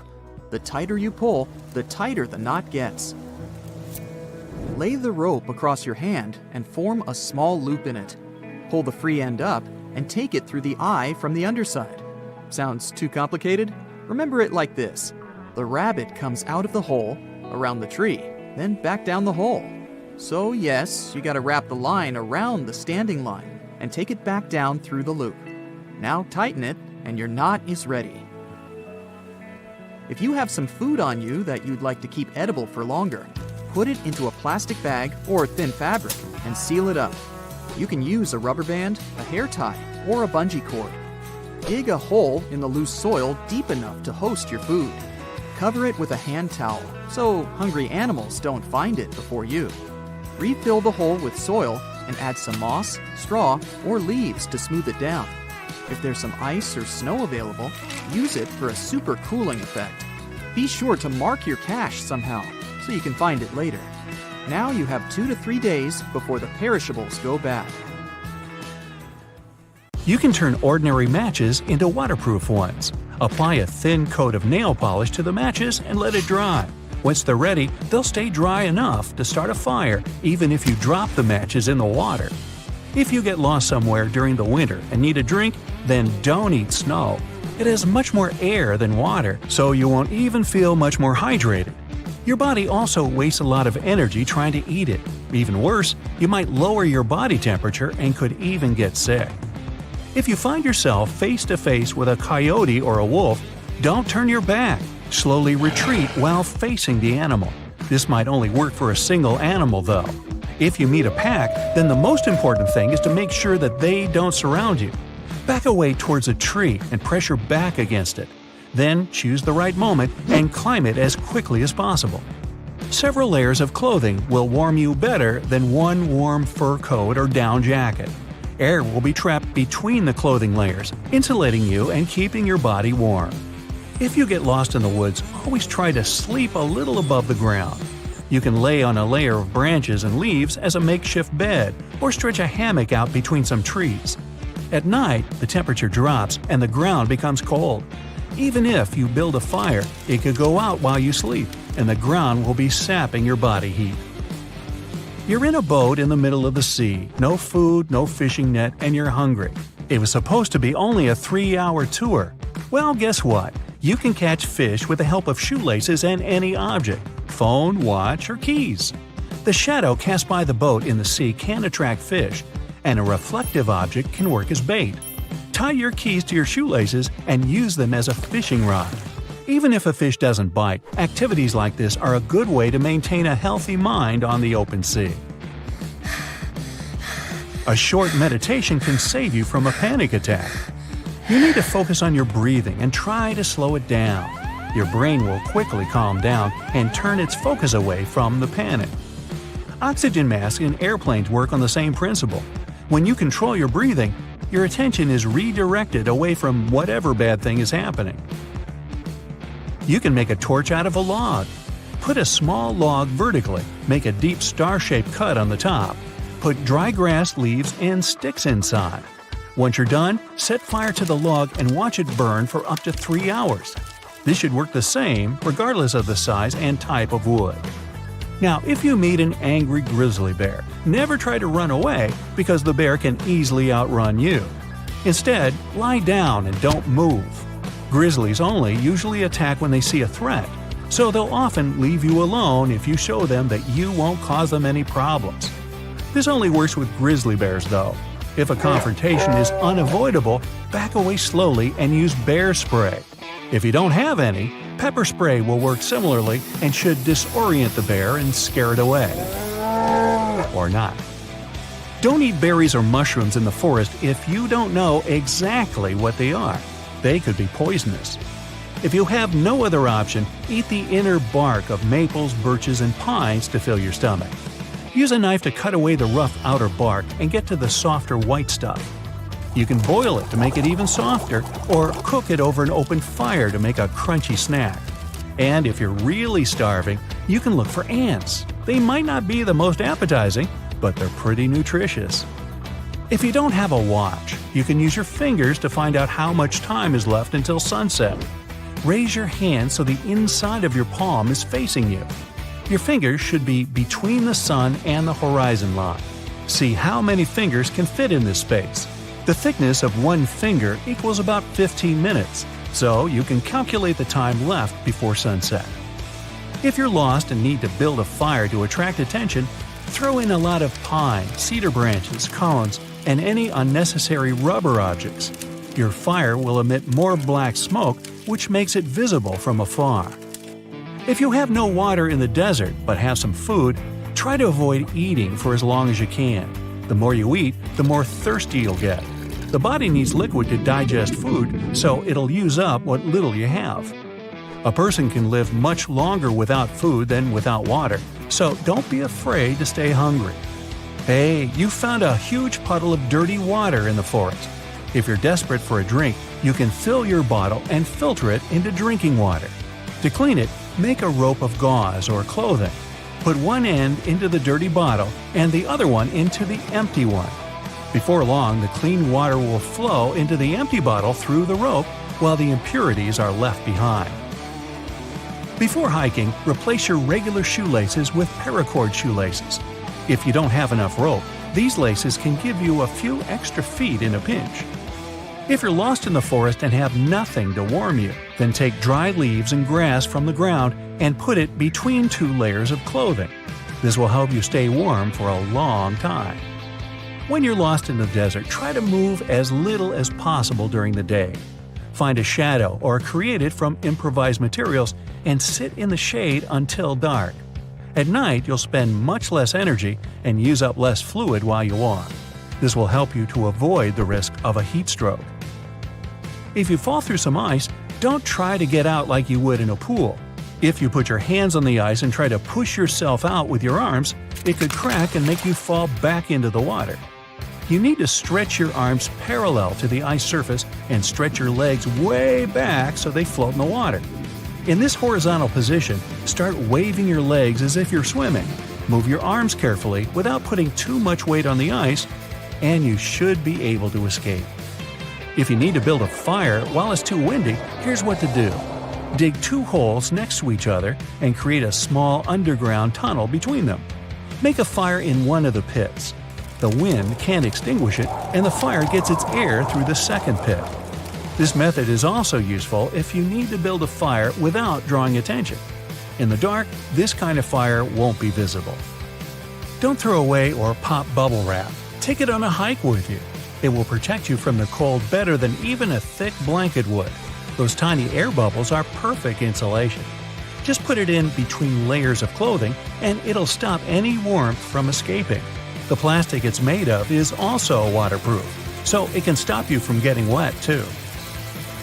Swimming in the sea not far from the shore, you can easily get swept up in rip currents. If this happens, the most important thing to remember is not to swim against the current. This will only waste your strength and sap your energy, and you're unlikely to ever overpower an ocean current.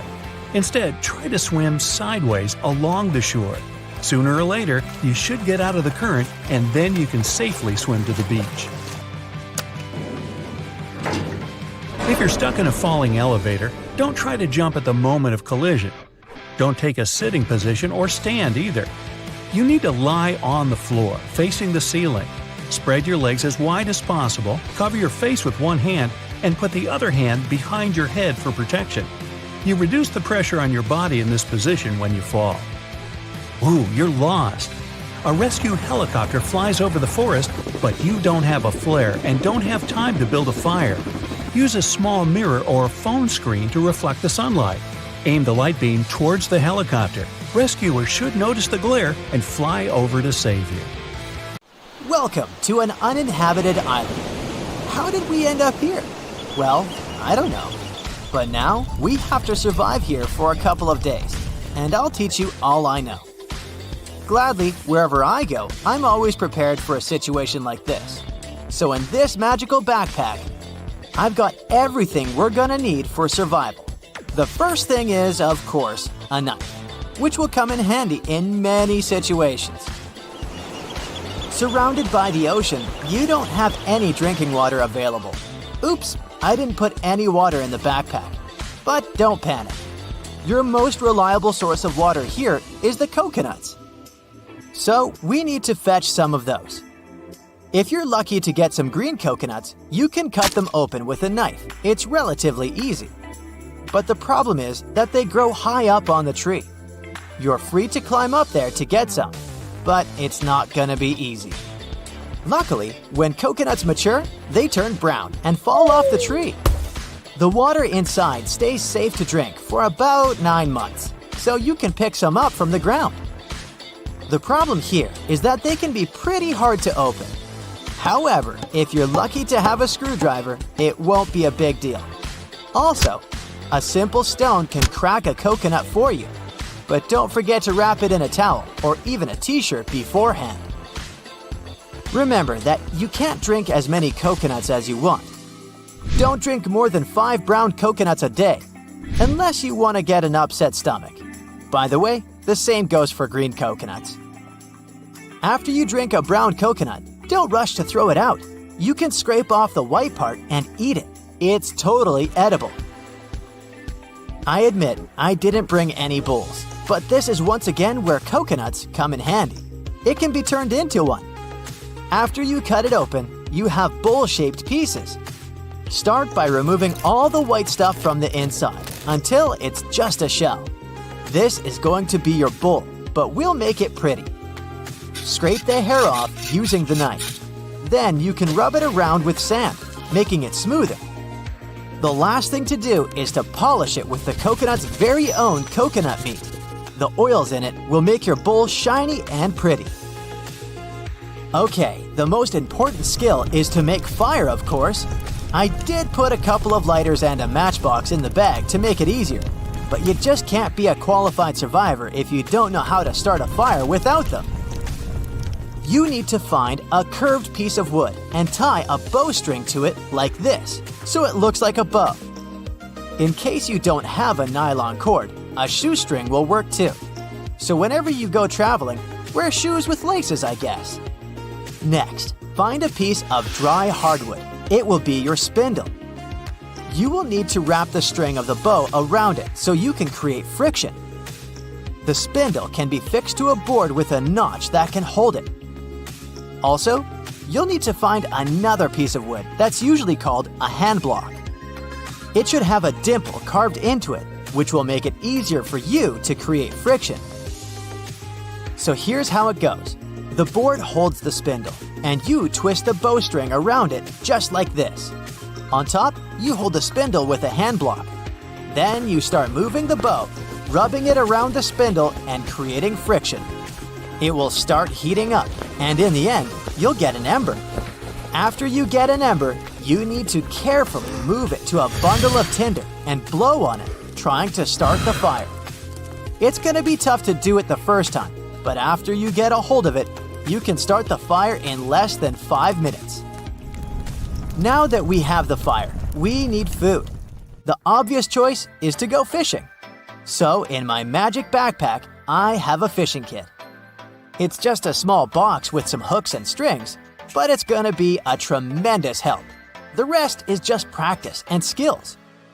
If you manage to catch some, you need to cook it, and that's the easy part now that you have both fish and fire. Wrap your fish in coconut leaves, tie it up with bark, and put it on the coals of your fire. Wait for about 20 minutes, but before eating, make sure it's well cooked. Just pierce the fish at an angle with a fork or a toothpick and twist gently at the thickest point. If the fish is cooked, it will flake easily. Bon appetit! Everything changes when the sun goes down. You have to be prepared for the night. So, during the day, you have to make a shelter out of sticks and palm tree leaves. Pieces of bark can be used as strings, but it's also a good idea to walk along the shore and see what gets washed out. There can be a lot of trash there, and some of that can be useful. If you go to an island, you need to have devices that will help you not to get lost. I have something here. It's a multifunction water-resistant watch I got on Amazon. Apart from the time, there's also a compass, a thermometer, a scraper, a whistle, and even a fire starter. Yeah, you don't really need to spend 2 hours with the sticks, but I wanted to teach you. So take the watch with you as you go into the jungle. We need material for the shelter: sticks, bark, and palm tree leaves, which are actually harder to pull off the tree than you may imagine. So dry ones on the ground work too. Make the roof of the shelter using palm tree leaves, but also put some on the ground for you to lie on.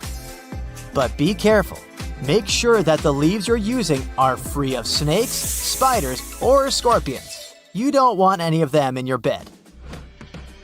The other thing is that at night, insects and many other creatures come out, and they will be very happy to join you in your shelter. So the fire and termite mounds around the shelter will help to keep at least some of them away. Others can still sneak in and climb under your clothes, walk on you, and bite you. So, time for the magic backpack. Here, I have a survival sleeping bag. Being just 4 inches long, it doesn't take up much space, but it's tear-resistant, waterproof, and keeps your body heat inside. Plus, it has sealed seams, which will keep out water, wind, and any insects. You can find it on Amazon. Also, don't build the fire right in front of the entrance of the shelter. In this case, you might end up breathing smoke all night. And now you're all set. Just a couple of tips on how to survive. Your phone, which is probably the one thing you'll have with you, is pretty useless here. But not exactly. The screen of your no-signal cell can be used to reflect sun and moonlight to send SOS signals. Second, in conditions when you don't particularly have much water resources, try to keep your body cool. So just walk in the water once in a while so it doesn't get overheated and so that you don't get too dehydrated. And, of course, always have a first aid kit with you. It's the last survival thing I have in my backpack. Also from Amazon. It's a water-resistant bag with a pair of scissors, band-aids, tweezers, bandages, and so on. Pretty useful stuff in the wild. Happy survival, even though I hope you'll never have to do it unprepared. Well, you finally made it. After all that training, you're ready for your first skydive. Full of confidence, you reach the door of the plane as it gets to 12,000 feet. You step off into the air, but at the last second, you hear the instructor screaming something. Sorry, I didn't check your chute. Well, you can't hear him as you drop away from the plane, seeing only his concerned expression. Well, feels like something has gone wrong. You pull the handle to release the parachute, but it hasn't deployed correctly, opening into a big wad, and you're now spinning faster and faster. You're getting dizzy, but you need to pull yourself together. Each second is crucial, and from this altitude, you have less than a minute to act. You throw yourself into the Bowman formation, spreading your body out with your arms and legs forming a big X. This creates a little more drag, allowing you to stabilize a bit. Hey, this whole thing is a drag. Now you have more time to get to your emergency reserve chute. Still dizzy from spinning, you try to remember where it is. You grab what you think is the right strap and pull it hard. Oh no, that's a leg strap. You've loosened the container on your back, and now you're slipping out. This is not your lucky day. You hold on and tighten up the leg strap. Oh yeah, the safety procedure is coming back to you now. Step 1, cut away from the main parachute with the red handle. Done! Now you're in free fall again. Step 2, now find the silver ripcord handle to pop the reserve chute. Gotta hurry, the ground is rushing up at you. Where's that handle? Whoops, there it is, sitting on your chest on the left. You yank it hard. Ka-thump! The chute flies out and deploys and slams the brake on your descent. Now you're relieved. Breathtaking? Heart-pounding? Oh yeah! Finally, you can enjoy the view. For about 10 seconds before you land on the ground, softly, feet first. Hey, looks like fun, sign me up. On another day, as always, instead of taking the stairs, you use the elevator. Now the odds of it falling are 1 in 10 million. You're 10 times more likely to be hit by lightning. But today, you're in that unlucky elevator. As you move down from the 5th floor, the pulley system fails, a cable snaps, and the elevator starts falling. Quickly, you lie down on your back, placing one arm around your head to protect it from the impact, and the other arm over your face to save it from possible falling objects. You spread your legs out evenly. In just a couple of seconds, you brace for impact. It crashes down and debris from above falls around you. Fantastic job! You've avoided injury. But could it be possible to alter the impact by jumping? Well, let's think this through. If you jump too early, your impact would be more severe as your speed would increase in the descent. And if you jump too late, the velocity of your jump upwards would cause you to bump your head as the elevator would have stopped. You need to jump at the precise moment to be effective in velocity, and without the ability to see through steel, it would be down to sheer luck. So it's better to use the lie-down method. Yeah, good luck with that.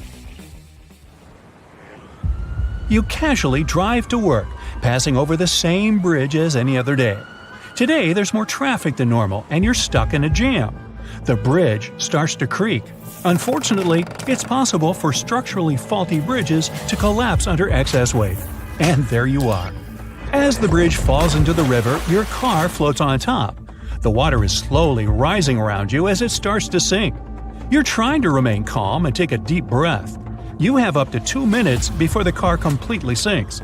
You need to act fast and roll down the window. As you take off your seatbelt, you notice the water has risen above the windows. You try to roll them down, but they're stuck in place from the pressure. You've missed your opportunity. You're sinking further down and thinking about opening the door. Better not. This will make your vehicle sink even faster. Plus, it'll be more dangerous to exit. The car hits bottom, and the water is slowly entering it. You try to open the door, but the pressure is so intense that it won't budge. You think about the water coming in. Maybe if you waited until there's enough water inside, it could regulate the pressure, allowing the doors to open. But with the limited air that would remain, and if the doors still don't work, that's too much of a risk. Your only choice is to smash the window. You can do it easily due to the water pressure, and it spills in quickly. You take your last deep breath while holding onto the window frame. The car fills in quickly, and the suction suddenly stops. You pull yourself through the window and place your feet on the car, push upwards, and swim to the surface. Yeah, remind me not to carpool with you. Next, you're out hiking in a forest and find the perfect place to view the sunset. You take a photo, and it looks great. But wait, which way is it back to camp? It's getting dark, and you have no idea how you got here. You check your phone. It has a map, so you'll be fine, right? Well, you've taken way too many nature pics, and the battery has run out. You can survive up to 3 hours without shelter in harsh weather. You can go without water for 3 days, and up to 3 weeks without food. You need to address your next actions in order of importance. So your first task is to build a shelter. You lean a large stick onto a tree for the roof support. Then you build 2 walls on the sides, making a sturdy frame. There are plenty of leaves in the forest, and you cover the roof with heaps of them for insulation and protection. On the inside, you build a nice leafy mattress. You enter and wait until morning, hoping to have a relaxing sleep. Well, you've slept horribly, but there's no time to leave a review on your booking app. The next task is finding water. You follow a clear decline in the land, eventually finding a stream. Clean water? Check. You continue to walk with the stream's flow, hoping it leads you to a river. You are more likely to find people and signs of civilization along large collections of water. Hours pass, and your belly grumbles. You look around for tasty snacks. There are berries and mushrooms, but you don't recognize them. So it's better not to eat something if you're unsure whether it's poisonous. You search under old logs and branches for bugs. You've found some mealworms that can be eaten raw. Some insects, when cooked, can be a major source of iron, protein, and vitamin B12. You look at them and your appetite goes away. Maybe later. Finally, the stream connects to a river, and just ahead of that, a bridge. Not the one that fell down. Well, the struggle is over. You throw the bugs away and begin the next adventure, finding a diner.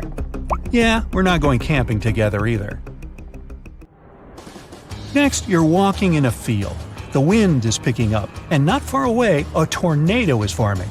You start running away from it, but you can't outrun it as it travels up to 60 miles per hour. Your main concern isn't the tornado itself, but the trees and buildings that the twister takes in, turning them into dangerous flying objects. They fly at crazy speeds as they're carried by fast winds, reaching up to 300 miles per hour. You look for shelter, but there's nothing available. Your only possibility is a ditch that's not surrounded by trees or other breakable objects.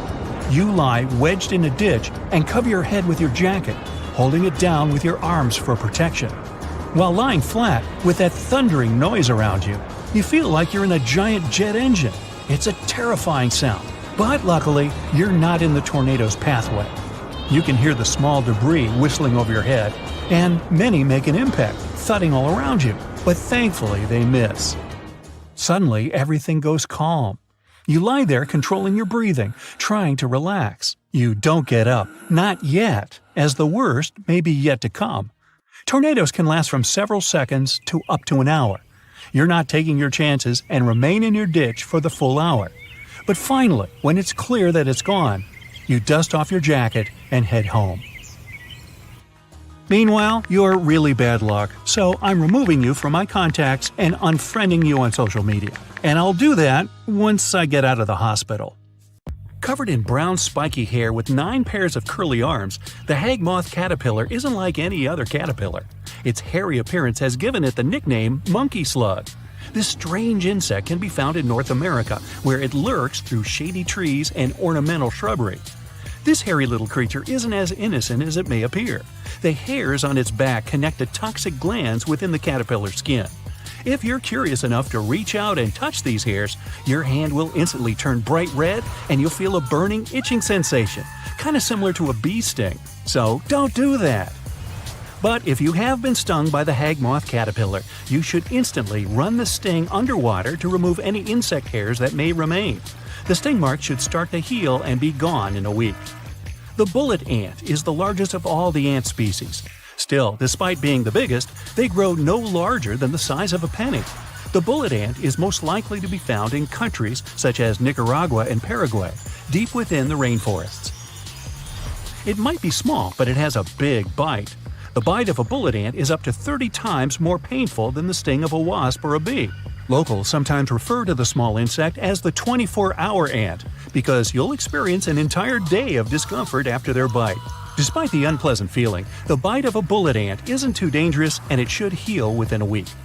These ants have a particular habit that might make it easy to avoid their powerful bite. Bullet ants release a strong and disgusting stench to drive away predators. So if you ever find yourself trekking through the rainforest and smell an intensely unpleasant odor, hey, I'm sorry. Kissing bugs look similar to your typical cockroach, except slimmer, wingless, and with an interesting line pattern on their back. Even though the name might sound cute, these insects are anything but. The kissing bug can typically be found in the warmer southern states of the U.S., and these pesky little things will hide anywhere, in cracks, under beds, and in furniture. These insects are nicknamed vampire bugs, as they only come out at night. While their bite doesn't feel too painful, it can be incredibly dangerous. It's common for humans to be allergic to the kissing bug's saliva, and if that's the case, their bite will cause the skin to be incredibly itchy. These bugs also carry a dangerous parasite that badly affects most humans. If you ever get bitten by a kissing bug, make sure to visit your doctor as soon as possible. The Japanese hornet is the largest species of hornet in the world. The Japanese hornets have a yellow and black striped pattern. Their size and shape make them distinguishable from bees and wasps.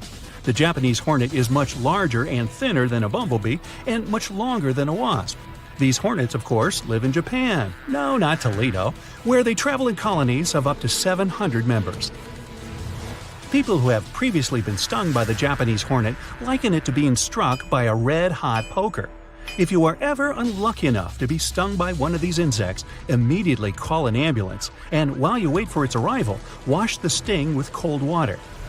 The black widow spider is one of the most notoriously dangerous insects in the animal kingdom.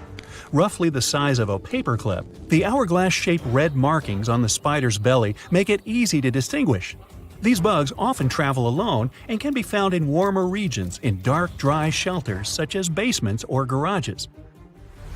Black widows are considered the most venomous spiders in North America. Their venom is 15 times stronger than a rattlesnake's. Strangely enough, the bite of a black widow doesn't feel particularly painful. It feels more like a pinprick, but it can make you incredibly sick. If you come across a black widow in your basement, don't irritate it, as they only bite when annoyed. If you get bitten, immediately seek emergency care. Healthcare professionals can offer you a black widow anti-venom that reduces the bite symptoms. The yellow jacket is a dangerous species of wasp that can be found all over the world. They're named for their distinctive yellow and black patterns. The yellow is a striking neon color, much brighter than a normal wasp. Yellow jackets live in large colonies and build their nests in trees, bushes, and even underground. If you come across a yellow jacket nest, move away slowly and be careful not to threaten or irritate the wasps. The sting of a yellow jacket definitely isn't a pleasant feeling. While most people think that scorpions are related to crabs and other crustaceans, they're actually a form of insect. Scorpions are a type of arachnid, meaning they are closely related to spiders. They tend to be found in warm, dry climates like deserts. Scorpions most often come out at night. They're predatory creatures known to sting on sight. Their sting feels similar to a wasp's, but it can be much more dangerous. Scorpion stings tend to accelerate heart rates and cause difficulty breathing. If a scorpion stings you, immediately wash out the wound. Contact a healthcare professional who can give you a scorpion sting anti-venom treatment. There are just shy of 300 different species of fire ants all across the world. All of the species have the same powerful bite. They're tiny insects who travel in large colonies and have a distinct light brown color, almost red. Fire ants are most commonly found in the United States and are attracted to food. They tend to crash a lot of picnics they're not invited to, kinda like my nephews. Fire ant bites are incredibly itchy, but not very dangerous. Running the bites under some cold water should help soothe the itchiness, and the bite should go away in a week or so. If you have a more severe reaction than itchiness, make sure to seek urgent care from your doctor. Honeybees are some of our most beloved insects. They pollinate our flowers, create honey for us to eat, and generally leave humans alone. Honeybees are social insects who live in large colonies. Surprisingly, a sting from a regular honeybee can be extremely dangerous to some people, especially the elderly. If a honeybee stings you, immediately remove the stinger that will be lodged in your skin. Wash the affected area with soap and water. The sting should heal within a week. If you suffer from more severe conditions, you should immediately contact a healthcare professional. Tarantula hawks are long, thin insects with beautiful rust-colored wings and yellow antennae. They tend to be found in rainforests across Asia, America, and Africa. They tend to live alone and make their homes by burrowing into the ground. If you ever come across a tarantula hawk, be sure to move away very slowly. These insects only attack if they sense a threat. Tarantula hawks are thought to have one of the most painful stings in the world. The pain of the tarantula hawk sting is incredibly intense and lasts for 3 to 4 minutes. After these minutes have passed, the sting won't require any urgent care and should heal on its own. The warrior wasp is a peculiar species. Unlike other wasps, the warrior wasp lacks any yellow stripes and is instead fully jet black. So black, they almost look blue. Ooh, ninja! Some people refer to these insects as drumming wasps. When a stranger approaches, the wasps beat their wings in a synchronized fashion, like drummers in a marching band. Warrior wasps prefer warmer climates and can be found in the tropical rainforests of South America. Out of all the species of wasps, the warrior wasp has the most painful sting. The sting doesn't require any emergency medical help and should heal within a week. The Amazonian giant centipede can be found lurking throughout the tropical climates of South America and the Caribbean. With a distinguishable red color, it is the largest species of centipede in the world and can grow up to a foot long. So that's a foot-long bug with 100 feet. Ironic, isn't it? The giant centipede has a venom dangerous for other insects and smaller animals, but isn't a risk to humans. Despite that, their bite is still unpleasant and causes a burning sensation. If you get bitten by one of these critters, the symptoms can last anywhere from a few hours to a few days. If you have a more serious reaction, you know what to do. Go see the doc. Welcome back to Science and You. As you're walking in the wild, a snake appears from some dry bushes and bites you above your ankle. How rather unfortunate. Keep calm. You must keep your heart rate and blood pressure low to slow down the spread of the venom. Remove your shoes and socks. Now, you must find out whether the bite came from a venomous or non-venomous snake. If you see 2 deep puncture wounds on your leg, they came from the venomous fellow's fangs. In a non-venomous serpent's bite, you'll see small sharp teeth in a U shape. There are around 600 venomous snake species, and you should look out for vipers and cobras. Each has a different type of venom and needs different treatments. If a viper bites you, don't put pressure on your wound. Trapping the venom in one area could make the tissue damage worse. Then, you must rush to the nearest hospital for treatment. If a cobra bites someone, you must tie the area with a bandage to stop the venom from going further into their system. Keep an eye on the fella that was bitten to make sure they're breathing. Yes, cobra venom can paralyze the diaphragm. Don't suck out the venom.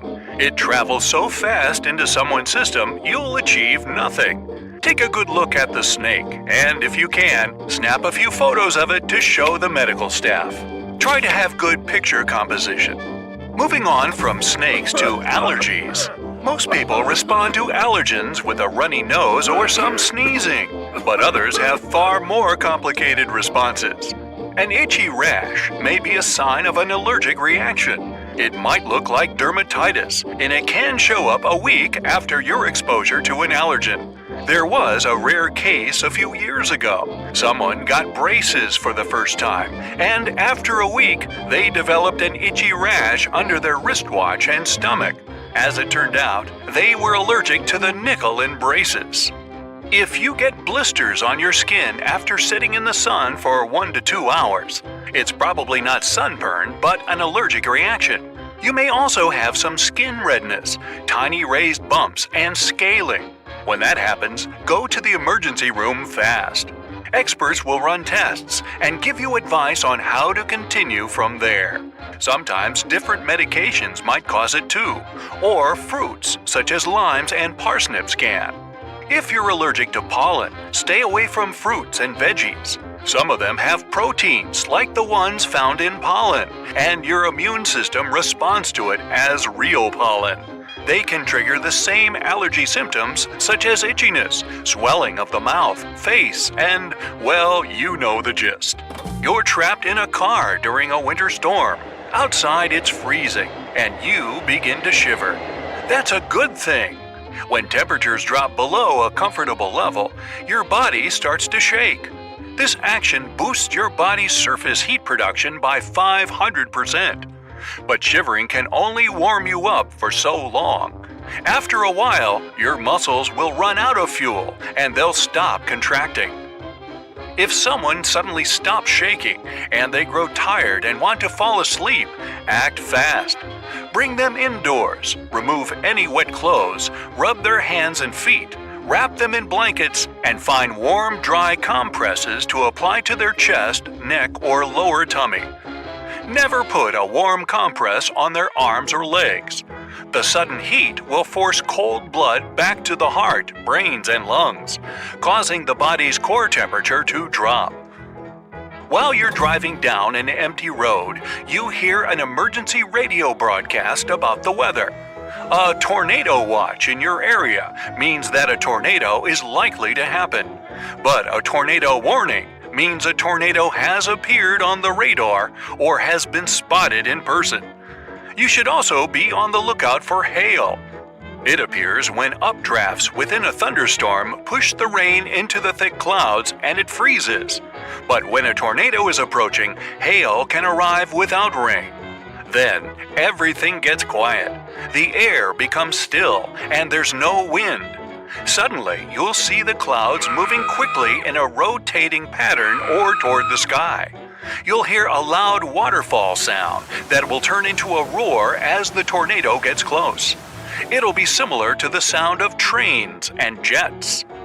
Debris will begin to fall, and a funnel-shaped cloud will start to rotate, pulling branches and leaves upwards. If the tornado is not moving to either the left or the right, it might be coming towards you, and you won't realize it until it's too close. Take shelter. Just as you're chilling at home watching TV, you hear an eerie whooshing noise. It sounds like a soft gush of wind, but you confirm there's nothing there after checking all the doors. The next day, you feel pressure in your chest, and it gets worse as the week progresses. The chest pains follow with a dreaded feeling of exhaustion. You can't help but think there's something wrong with your body. But the problems are within your house. You might have carbon monoxide poisoning. When this gas fills your home, it builds up in your bloodstream and it replaces the oxygen in your body. Poisoning can also cause headaches, nausea, and confusion. In those cases, run outside to get fresh air and call emergency service. Also, get a carbon monoxide detector and add it in the hallway or areas where you sleep. Check the batteries twice a year, and when the alarm goes off, step outside and you know who to call. You go ice skating. The ice on the lake seems thicker than it was, and you hear a cracking snap, and you end up in the icy water. First, your body will go into shock because of the sudden change in temperature. Don't worry, it will pass after 1 to 3 minutes. Now, you must find a solid piece of ice and hold on to it. Don't try to climb it. Just put your arms on it, kick your legs, and push the piece forward. It will help you drag your body onto the ice. Once you're on an ice sheet, don't stand up. If you do, your body weight will concentrate on the smaller ice area and it'll break again. Just keep rolling until you're further on the stable ground. What if you have to break the window of a hot car? Car windows have layers of materials that can resist force. Here's what you need to do. Avoid the back windows or the front windshield of the car. They're harder to break. Go for the passenger and driver's side windows. If you've got a hammer, don't hit the glass in the middle. Aim for the edges where the glass breaks easily. Now, if the windows refuse to break with a hammer, screwdriver, or whatever you've got around, look for a small, pointy rock. If that doesn't work either, then your best bet is your car's spark plug. Pop your hood, pull out the spark plug, break the porcelain casing, and throw the broken ceramic piece anywhere at the window. It's the middle of summer, and you're vacationing somewhere on the Pacific Rim. Suddenly, you feel a strong quake. Well, this could be the first warning sign of an approaching tsunami. Or it could trigger large waves thousands of miles across. But there are other telltale signs that a tsunami is approaching. One is a change in water levels, either rising or falling.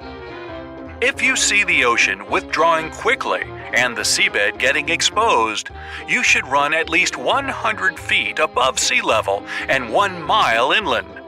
Many experts say once the seawater starts receding, you've got 5 minutes to evacuate before the enormous wave hits. Remember, it's all about science and you. Whoosh! Wah! You've just been pushed out of an airplane up high in the skies of Brazil. And there's nothing but you, your parachute, and the ground far below you. And it's getting closer by the second. Open, open! Oh, you useless backpack! Phew, finally. But you notice, you're now gliding straight. Oh no, you're falling down into the Amazon River. There's nowhere to escape now. Splash! You're in the water, covered by the heavy canvas. You push it aside, struggling for breath and trying to find your bearings. But as soon as you free yourself from the parachute trap, you notice some strange movements underwater. There's one dark silhouette circling around you. Hey, there's one more. 2, 3, 5. There's a whole school of fish, and they seem to be a little too interested in you. Oh no. You freeze in horror. Piranhas. All you want to do is scream in fear and get away. But wait. Piranhas are calm and even a bit shy. They usually won't go after humans. In fact, it's like with most animals. They're afraid of you more than you are afraid of them. Plus, they're more of scavengers than hunters, so they're not really that into you. But if you make any sudden moves, they might panic and want to come and check out what's going on. With their teeth, of course. Some piranha species are even vegetarian. Don't get your hopes up too high, though. These surrounding you probably wouldn't say no to some nice human steak. So, yeah, either stay calm or try to move really slowly. Red-bellied piranhas, the most dangerous species among them all, have very good hearing and react to noise. That's how they locate their prey. The entire school communicates by sending signals to each other when they find potential prey. Try not to become it by yelling. Red-bellied piranhas not only hunt when they hear noise, but they also produce it themselves. If you pick one up, or if it faces another fish, the piranha barks like a dog. Like they aren't scary enough already. Don't throw away your parachute just yet. If there's anything in your backpack, try to protect your hands and feet. These are vulnerable, easily accessible, and probably quite tasty targets piranhas might go for. Their jaw is strong enough to crush bone, so some solid shoes and thick gloves will come in handy. Movies often present piranhas as ferocious monsters with a huge set of saws for teeth. No wonder we're all afraid of them after seeing them ruin all the lake fun during the spring break. Hollywood actually picked it up from Theodore Roosevelt. At the beginning of the 20th century, he wrote a book where he described piranhas as the most ferocious fish in the world.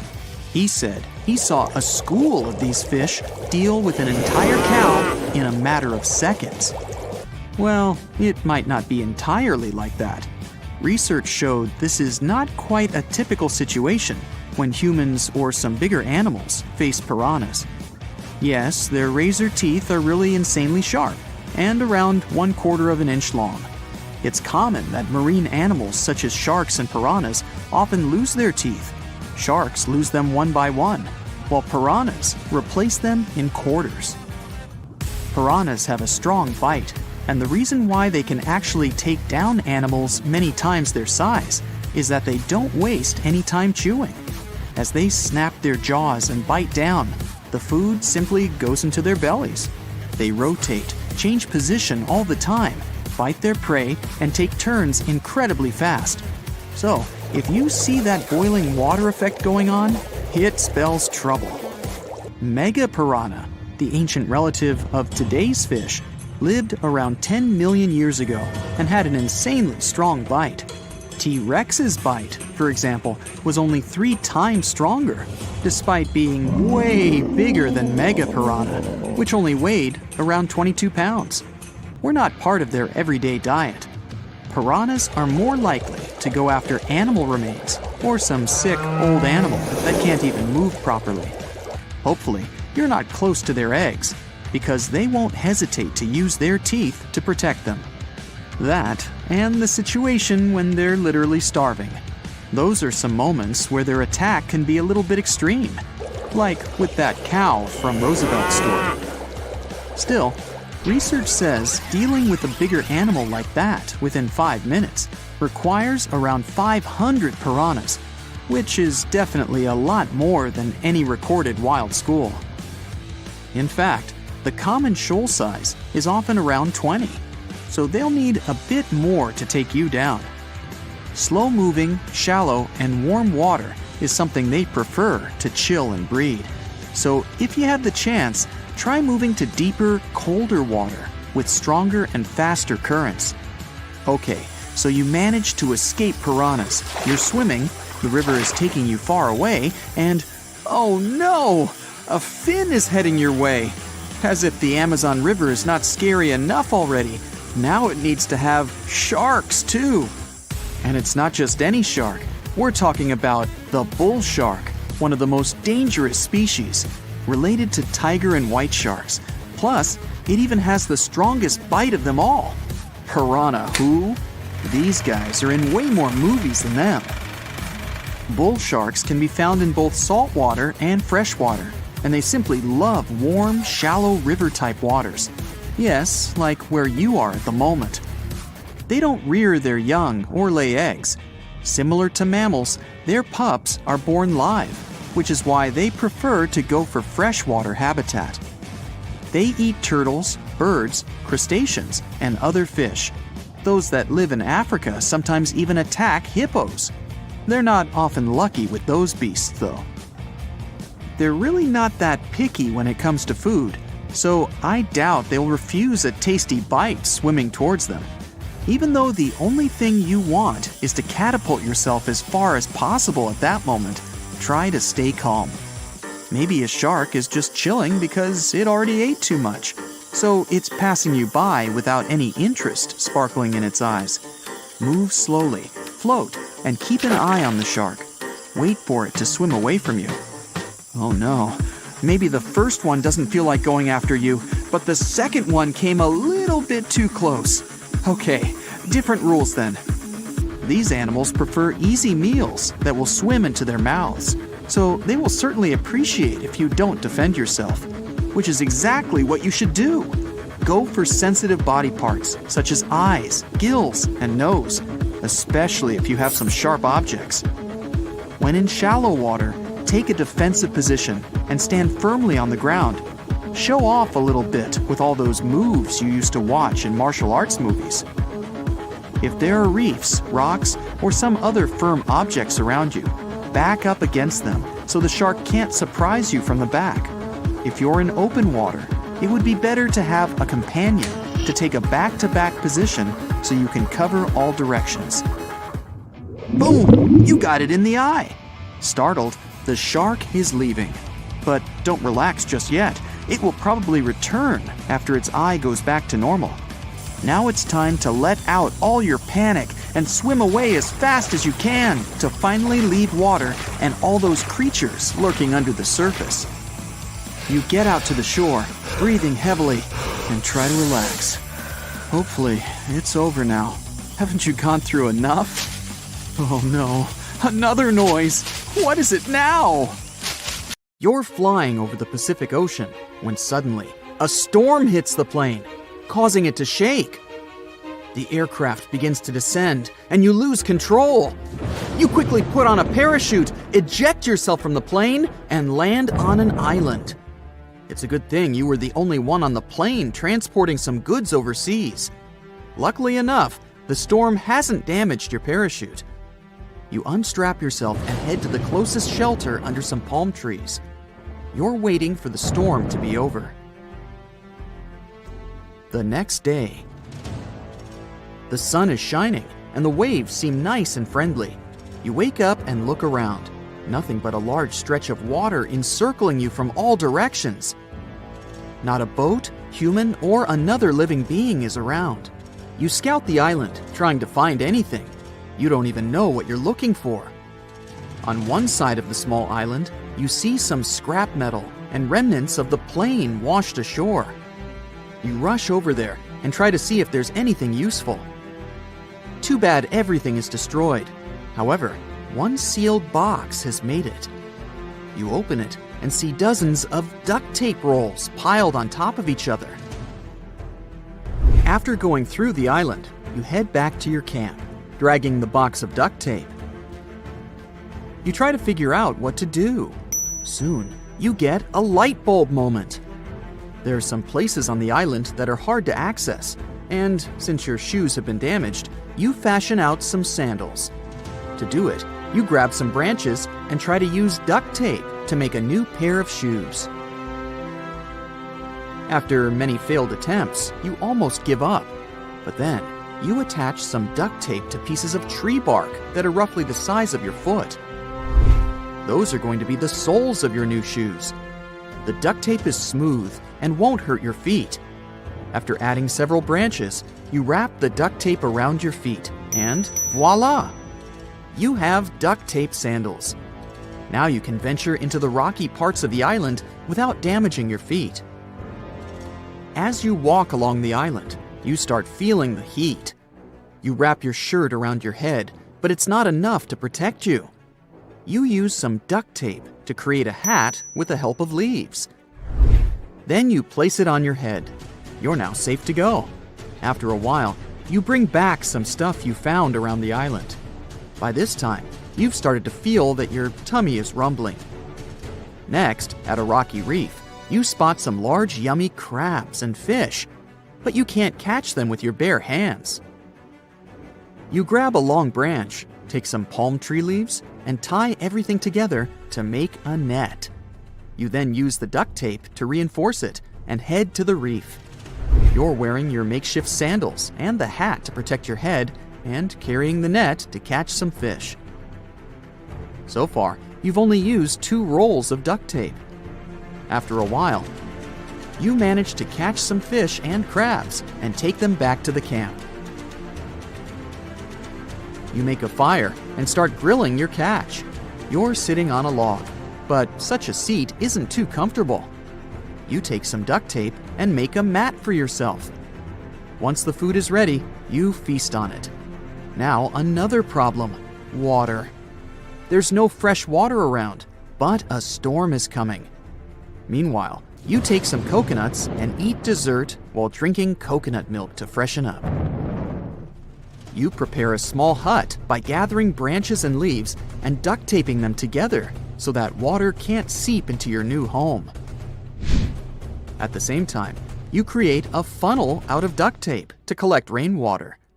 After getting into the funnel, the water is collected in a makeshift pond, also made out of duct tape. At this point, you've used almost half of the duct tape rolls. The storm starts brewing, and you stay inside your hut, where you have your new floor mat.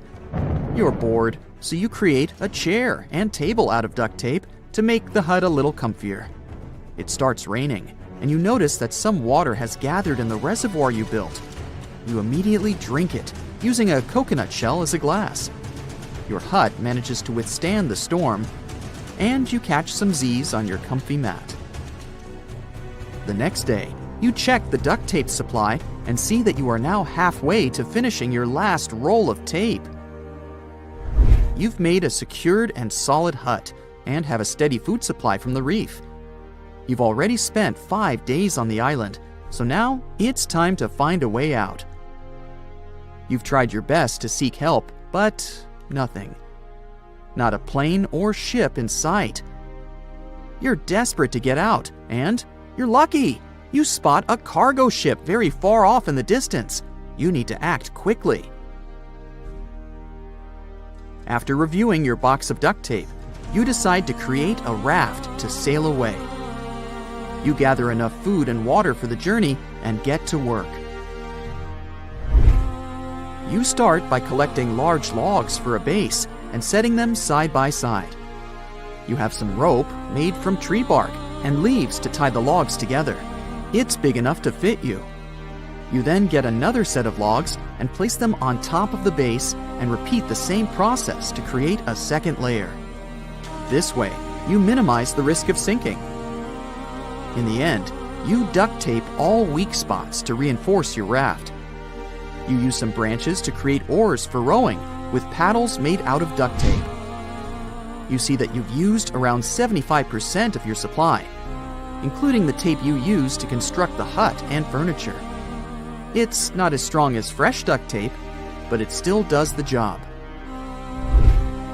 After the base and oars are finished, you create a small hut to shelter your food and supplies and protect them from waves. Also, you make a mast out of wood and use a piece of cloth as a sail. You put the raft on the water and begin rowing.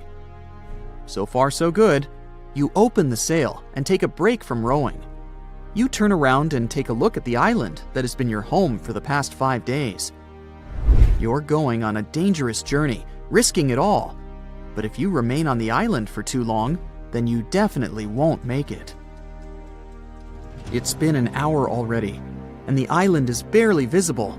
But the ship is getting closer. You still have one more roll of duct tape to use in emergency situations. The waters are calm, and you see dolphins swimming around. You snack on some fish and drink some water before noticing that the waves have gotten larger. You prepare your sail and duck for cover. It's a good thing your raft is sturdy. Large waves crash against it, knocking off some of your food and water, but the raft is still in one piece. As time passes, the sun begins to set, and there's still no sign of life. You use the rest of the duct tape to repair the raft. Even though you lost some food during the storm, you have your net to catch more fish. You start a small and safe bonfire in a coconut shell, cook the fish, and start eating. You turn around and spot a ship coming your way. You immediately grab a branch, light it, and start waving it for the ship to see you. It looks like it will miss you, but then someone on the ship notices you. They drop down an emergency boat to pick you up and rescue you. It's safe to say that duct tape has truly saved your life. Walking on pool covers is just asking for trouble. Seriously. They might look harmless, all shiny and tempting, but some models aren't built to handle our weight. Fall through and you're in a whole world of trouble. First, you'll likely struggle to find the hole again, and once trapped, good luck trying to escape. Those covers are designed to float, so they're going to cling to you. Thrashing around only makes things worse, increasing your chances of getting tangled up. From pools to swamps. Now, the danger shifts to bubbles seemingly drifting your way. Watch out, because that's a sign that an alligator might be nearby. During mating season, male alligators put on quite the show to attract females, even to the point of roaming neighborhoods. It usually takes a few weeks for the male to win over the female, and if she thinks he's a suitable partner, they start swimming around each other. But the mating act itself is surprisingly private, as it happens underwater. All that can be seen of the actual mating are the bubbles that rise from the bottom of the swamp. The next underwater threat is much smaller, only about 14 inches long. Bloodworms might seem small, but they're like little dangerous mutants. During their life, which is normally about 5 years, they feed on the metal they find in the sediment at the bottom of the ocean. This metal actually fuses with their jaws, creating metal teeth. Yep, their super sharp teeth are made of 10% copper, the highest concentration found in any animal. When this bright red marine worm is ready to strike, it inverts its digestive system, including those metal teeth, and shoots its guts like a torpedo right at its target. Oh, and its venom contains 32 different types of toxins, paralyzing its prey completely. The next red thread on our list is a flyer, the hooded pitoe. Despite its cute appearance, this bird packs a venomous punch. Its feathers contain a chemical called batrachotocin, also found in poisonous frogs and certain beetles. Basically, when this toxin gets into your system, it messes with the normal functioning of sodium channels in nerve cells. This disruption keeps these channels open longer, causing nerves to fire uncontrollably. That can lead to paralysis, breathing problems, or worse. So, if you ever find yourself in their native land, New Guinea, stick to the chicken dinner and stay away from this bird. Another thing you should never eat is the pufferfish, especially a type that is highly famous in Japan, known as fugu. If you really want to try it, just know that only skilled and licensed chefs can prepare it. Fugu has to be handled very carefully, because certain parts of the fish contain a toxin called tetrodotoxin. To understand how dangerous this substance is, consider that around 55 people per year lose their lives after eating this fish. Hundreds more experience symptoms like dizziness and vomiting. If prepared correctly, and I emphasize if, This type of pufferfish can be enjoyed as sashimi or in hot pot dishes. But I wouldn't dare to try it. If you ever stumble upon a foaming watermelon, do yourself a favor. Don't eat it. The foam coming from the cracks in the rind happens because it's grown in super hot weather. In the US, for example, this fruit comes mostly from Florida, Arizona, California, Delaware, and Texas. When watermelons grow in that heat, they start fermenting. Once this process begins inside a watermelon, it creates the perfect environment for toxic pathogens to flourish. Trust me, that's not the flavor you want to explore since it can make you sick.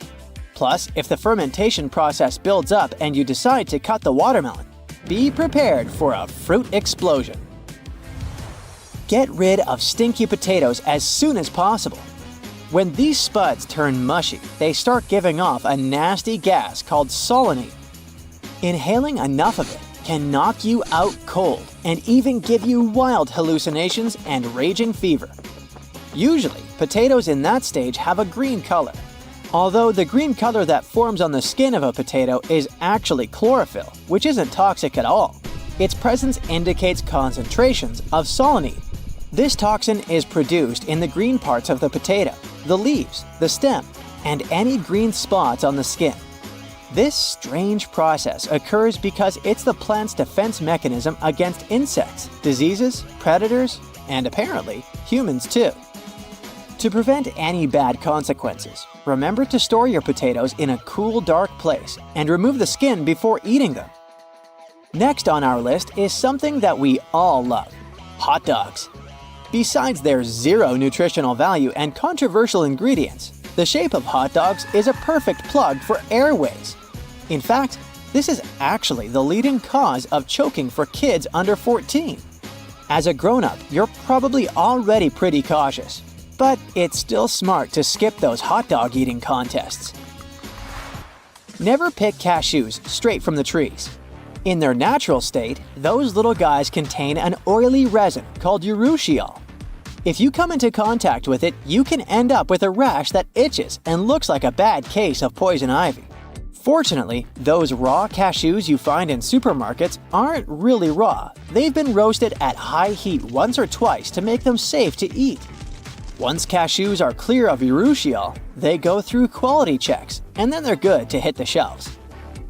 One thing that is not safe to buy, though, is clothes labeled as stain-resistant.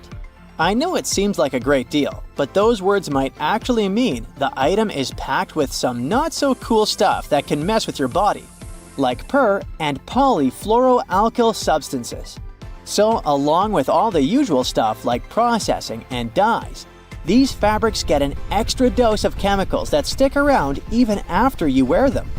Yep, stain-resistant clothes might be poisonous and can cause you all sorts of issues, like rashes, headaches, and brain fog. And I don't need any more brain fog. We've all heard it a million times, but it's worth repeating. Don't stand too close to a moving train. But why? Well, when a train speeds by on the tracks, the air rushes past at different speeds on either side of you. According to something called Bernoulli's theorem, the air pressure between you and the train is lower than the pressure on the other side of you. This creates a kind of suction that can pull you towards the train, putting you at risk of getting hurt. So, yeah, it's definitely best to stay away from the tracks. But if your travel plan involves hopping into the passenger seat of a car, don't rest your feet on the dashboard. I get it, we've all done it. But this chill habit is seriously risky. One of the most crucial reasons to avoid putting your feet on the dashboard is the danger it poses if the airbag deploys. You might be wearing your kneecaps as a sleep mask. Airbags are meant to deploy with some serious force in a crash. If your feet are up there, you're way more likely to get hurt when that airbag slams into you, possibly causing some serious injuries, like fractures or dislocations. Plus, this bad habit compromises the effectiveness of the seatbelt. With your feet in an elevated position, the seatbelt might not keep you securely in place. So, you're on a road trip headed for a camping adventure. You're wandering through the forest looking for the perfect spot to pitch your tent. But hold up. Is that an orange X painted on a tree? You might think that this is just a sign that the tree is getting axed, but it's actually something else entirely. The U.S. Forest Service uses that symbol to mark boundaries, usually indicating the edge of the government-owned land. So if you spot an orange X on a tree, your best move is to turn around and head back the way you came. You're driving around with your friend Annie in the wild Australian outback. The sun is scorching hot, but you see a mob of cute kangaroos hopping around. You stop the car and you get out to film them with your friends. You even go live to impress your friends and followers. Suddenly, one of the kangaroos leaps towards you at full velocity, ready to swing. Alright, let's freeze right here for a second before you or your friend get hurt. Kangaroos have extremely powerful legs and can jump around 30 feet in the air.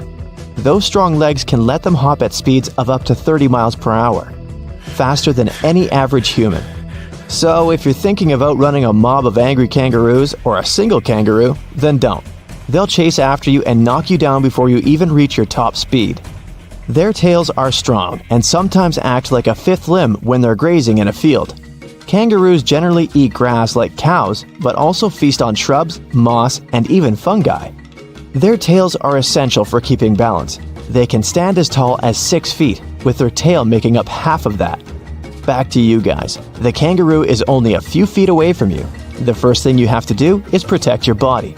Turn it sideways and extend your arm out. Make sure your head is out of reach. Their paws have very sharp claws, so you don't want them laying any jabs on you, especially your head. They kick with both feet, which means they rest their body on their tails and extend both legs to push kick their aggressors, aka Annie and you. Their feet are huge, which makes them even more dangerous. Well, time is still frozen, so you and Annie get into position and are ready for the kangaroo attack. And action! The kangaroo stands face to face with you like a boxer in a ring. It moves closer, but you're in the correct position to reduce damage from your end as much as you can. Even though you know how to defend yourself, facing off with a 6-foot kangaroo isn't the best idea. The best you can do is slowly back away without startling it. Don't turn your back on it, you might get a surprise attack. If backing up doesn't help, let it know it's won this battle. Don't return any eye contact if you can. Cower yourself. You might have missed some warning signs while observing them from afar. The kangaroos weren't stomping their feet because they were excited to see you. They were telling you not to come any closer. When one of them hopped over to you, it stood high on its legs and flexed its muscles to show dominance. The biggest fail of all is that you pulled over while they were grazing peacefully. They thought of you as a threat and went into defensive mode.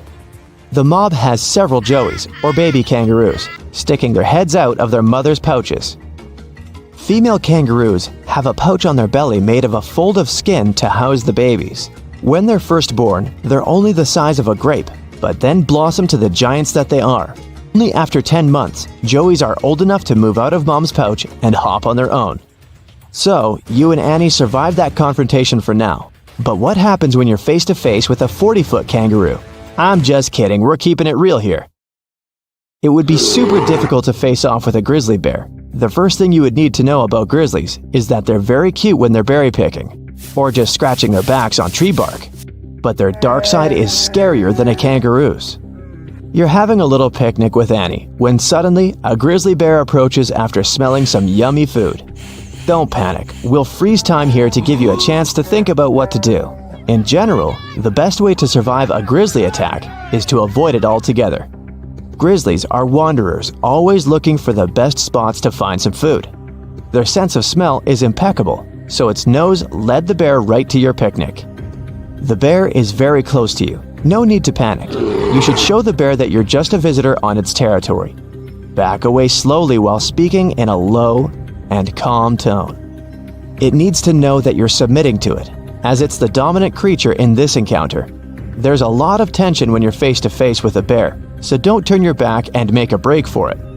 That will only let the bear chase you down, and you won't win in that race. They're faster than humans and can swim and climb trees, so unless you sprout some wings and fly away, do not try to outrun a grizzly bear. Next, you should avoid eye contact. Just like the cute and cuddly kangaroos, bears take it very seriously and watch your every move. They also consider direct eye contact as a sign of aggression, as if you want to challenge them. Grizzlies also like to play a game of chicken. They wait to see your moves and can even fake a charge to see how you're going to react. Either way, you have to stand your ground. If the bear lowers its head and protrudes its neck towards you, then it knows that it wants to charge right at you. Since we froze time for now, we can't know for sure what its next move is going to be. Let's jump back into action to see what it'll do, because you'll have to plan your next move depending on the bear's move. And action! The grizzly bear isn't showing any signs of aggression so far. It's just curious about the setting. Remember your training, no eye contact. Okay, the bear is showing some signs of aggression now, which means it could potentially attack you. Stand your ground, it's getting closer. The best thing to do in this scenario is to completely submit to it by laying face down on the ground, covering your head with your arms. Don't move. The bear might understand that you're submitting to it and walk away. Sometimes bears will stick around for a while before leaving you alone. Luckily, this bear only wanted the food from the picnic, so it grabs the sandwiches and runs away. You guys were lucky this time, but if the bear did attack you, you'd have to fight it off as much as you can. You can use any objects nearby to help you. It's best to aim for the most sensitive spots, like the bear's eyes and nose, with all your strength. What makes cougars stand out from other predators is that they're excellent stalkers. You're hiking in the forest, and you don't realize that you have an unwelcomed guest along with you. Cougars will stalk you if they think you're good to eat and can pounce from out of nowhere, and if it knows it's the right time. These giant cats generally don't attack people, but who knows what's on their mind. The rule of thumb when face to face with a cougar is pretty much the same as with other animals. Stand your ground and don't run. Running will only trigger the cat, as it will outrun you for sure. These cats are strong and have very quick reflexes. Their claws are powerful and their bites are even worse. You don't want to be chased by one of these. Now that you're standing your ground, make yourself appear bigger than the cougar. That's right, raise your arms and puff out your chest. Always keep eye contact to try to assert dominance. You don't have to appear weaker or submissive to the cat, unlike when facing a grizzly or a kangaroo. On the contrary, you need to show that you're more powerful than it is. So don't cower down or break a sweat. It's watching your every move. The next steps really depend on the cougar. Let's resume, shall we? Okay, it's showing signs of aggressive behavior. It's a tough kitty, and it doesn't want to lose this game. If appearing tall doesn't do anything, then try waving your arms around and shout from the top of your lungs. If you can throw some rocks at it to scare it off, then it would be another plus for you. The kitty looks like it wants to attack. No matter what, stand your ground. After a while, the cougar submits and runs away. You won this encounter. Now, just because you got away with this doesn't mean you're good in the future. If the cougar did attack you, then your only option would be to fight back. Find some objects nearby to help you, and don't give up. Ready for this? You will not be able to leave the confines of a bath of any type for an entire month, and you will be provided with food and drink that your friends will take turns to deliver. You'll be able to constantly adjust the water temperature whenever you like, so that the water won't get too cold. You're getting excited, and you're confident that you'll earn quite a bundle of cash, equating to several $100s when you last the entire month. It's the bet you made with your friends only a short time ago from within your simple fishing village where you were sitting with your friends at a bar. Little did you know that it would lead to this from a simple conversation. You had been discussing the evolution of mankind, and the conversation mainly focused on the potential that humans could have moved towards evolving to water-based mammals, potentially becoming merpeople. The facts are all in evolution, you tried stating to your friends. Your friends weren't convinced, even with your example regarding getting wrinkly fingers from being in the water for too long, an evolutionary trait we humans adapted to ensure we have grip whilst fishing with our hands in water. Of course, your friends don't see how this could relate to the possible evolution towards becoming a mer-person. You felt the need to prove them all wrong. As your friends sat around enjoying themselves, moving on from the conversation of aquatic evolution, you thought hard. How can I prove them wrong? Then it came to you. You stood up, finger pointing to the sky, and said, I bet I can stay in a bathtub for an entire month. And here you are now, following the arrangements you seem to have doubts about. Knowing about particular human evolution reignites confidence and understanding in you that there have been some instances in human history where people have adapted naturally to live with their sea-based lives. So this feels like a safe bet. For example, the sea nomads in Southeast Asia have been fishing for 1,000 years in their unique way. Diving deep into the water to catch their fish, armed with just a spear, these sea nomads have adapted to grow larger over the centuries. It allowed more oxygen cells to be pumped through vital organs and more oxygen to be stored for their deep water dives. This understanding gives you confidence as you await the first day of the bet. During the first few hours, you seem fine. In fact, you find it to be easy and joke throughout the first day, bragging how this will be the easiest money you'd win and what you plan to buy with it all. You sleep well through the first night, but little do you know that your skin absorbs the water in the bathtub as you sleep.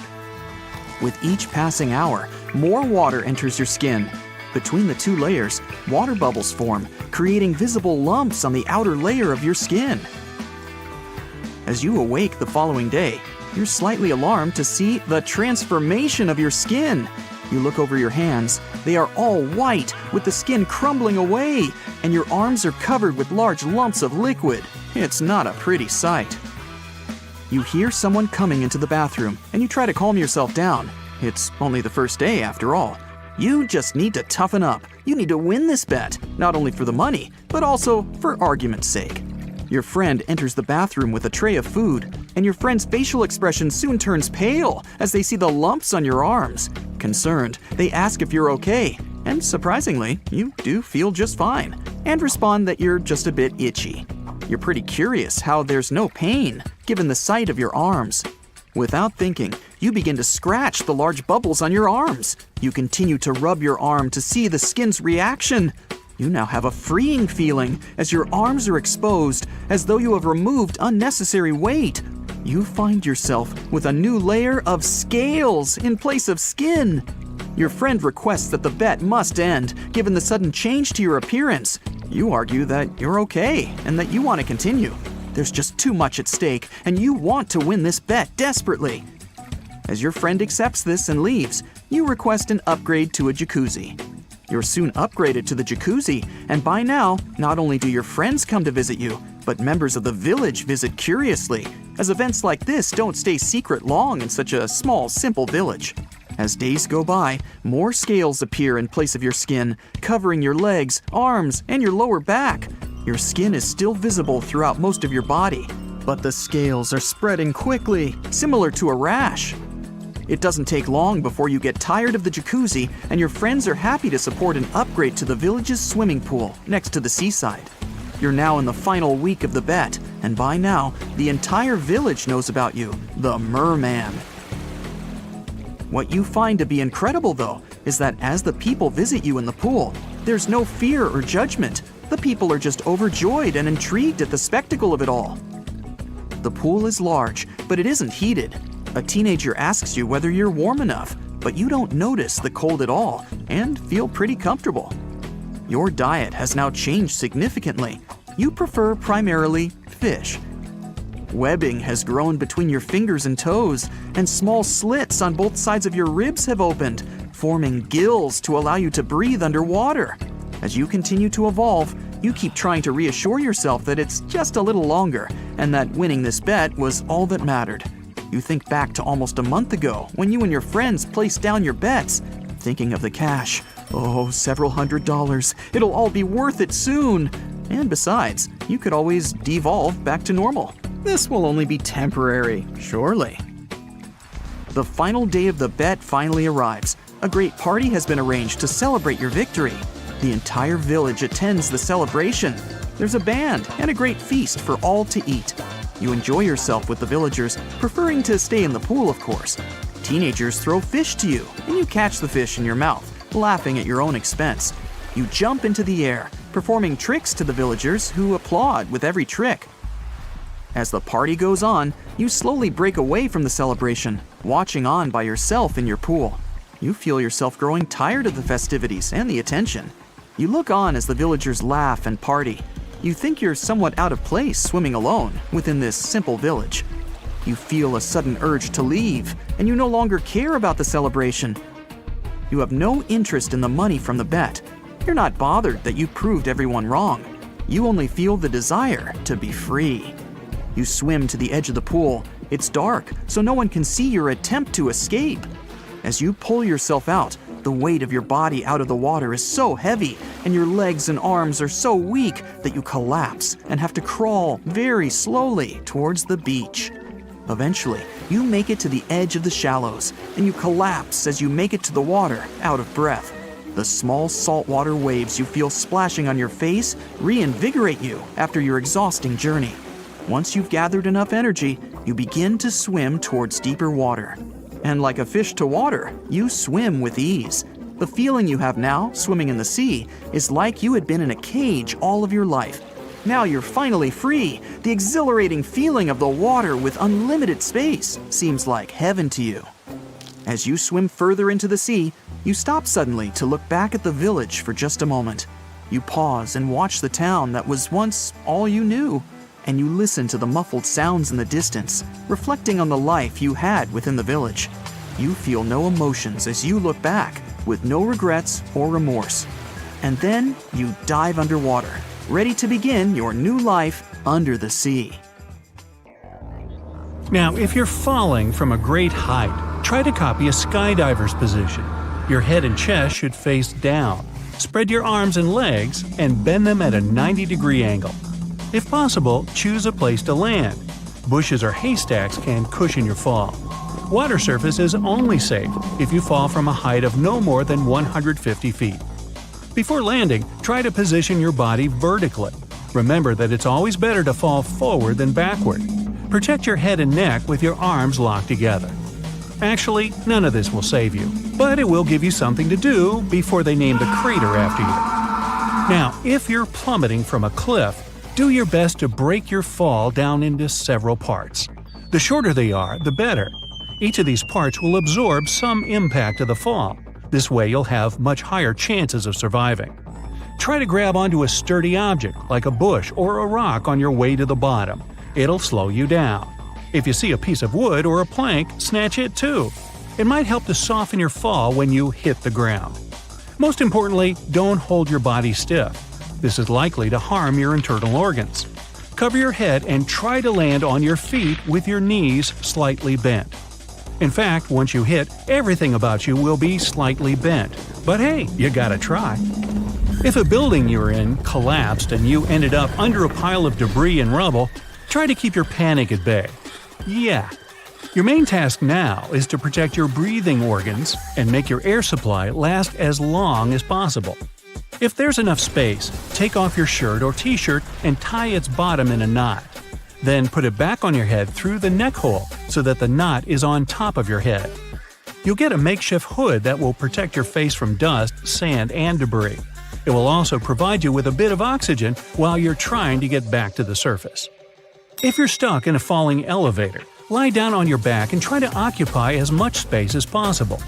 Your body fat and muscles are compressible. They'll absorb some of the impact force. If you can't lie down, sit on the floor. It's still better than standing. Your backside will act like an airbag in a car. But whatever position you choose, cover your head. The best way to do it is to put one arm in front of your face and the other on the back of your neck. If you get stuck in the wilderness, first of all, find some water. Check low-lying areas. If there are mountains, look for water at the foot of the cliffs. If you manage to find some rainwater, don't let it stay in the container too long. It may go bad. Pay attention to ants climbing trees. They're likely to be traveling toward a source of moisture inside a tree.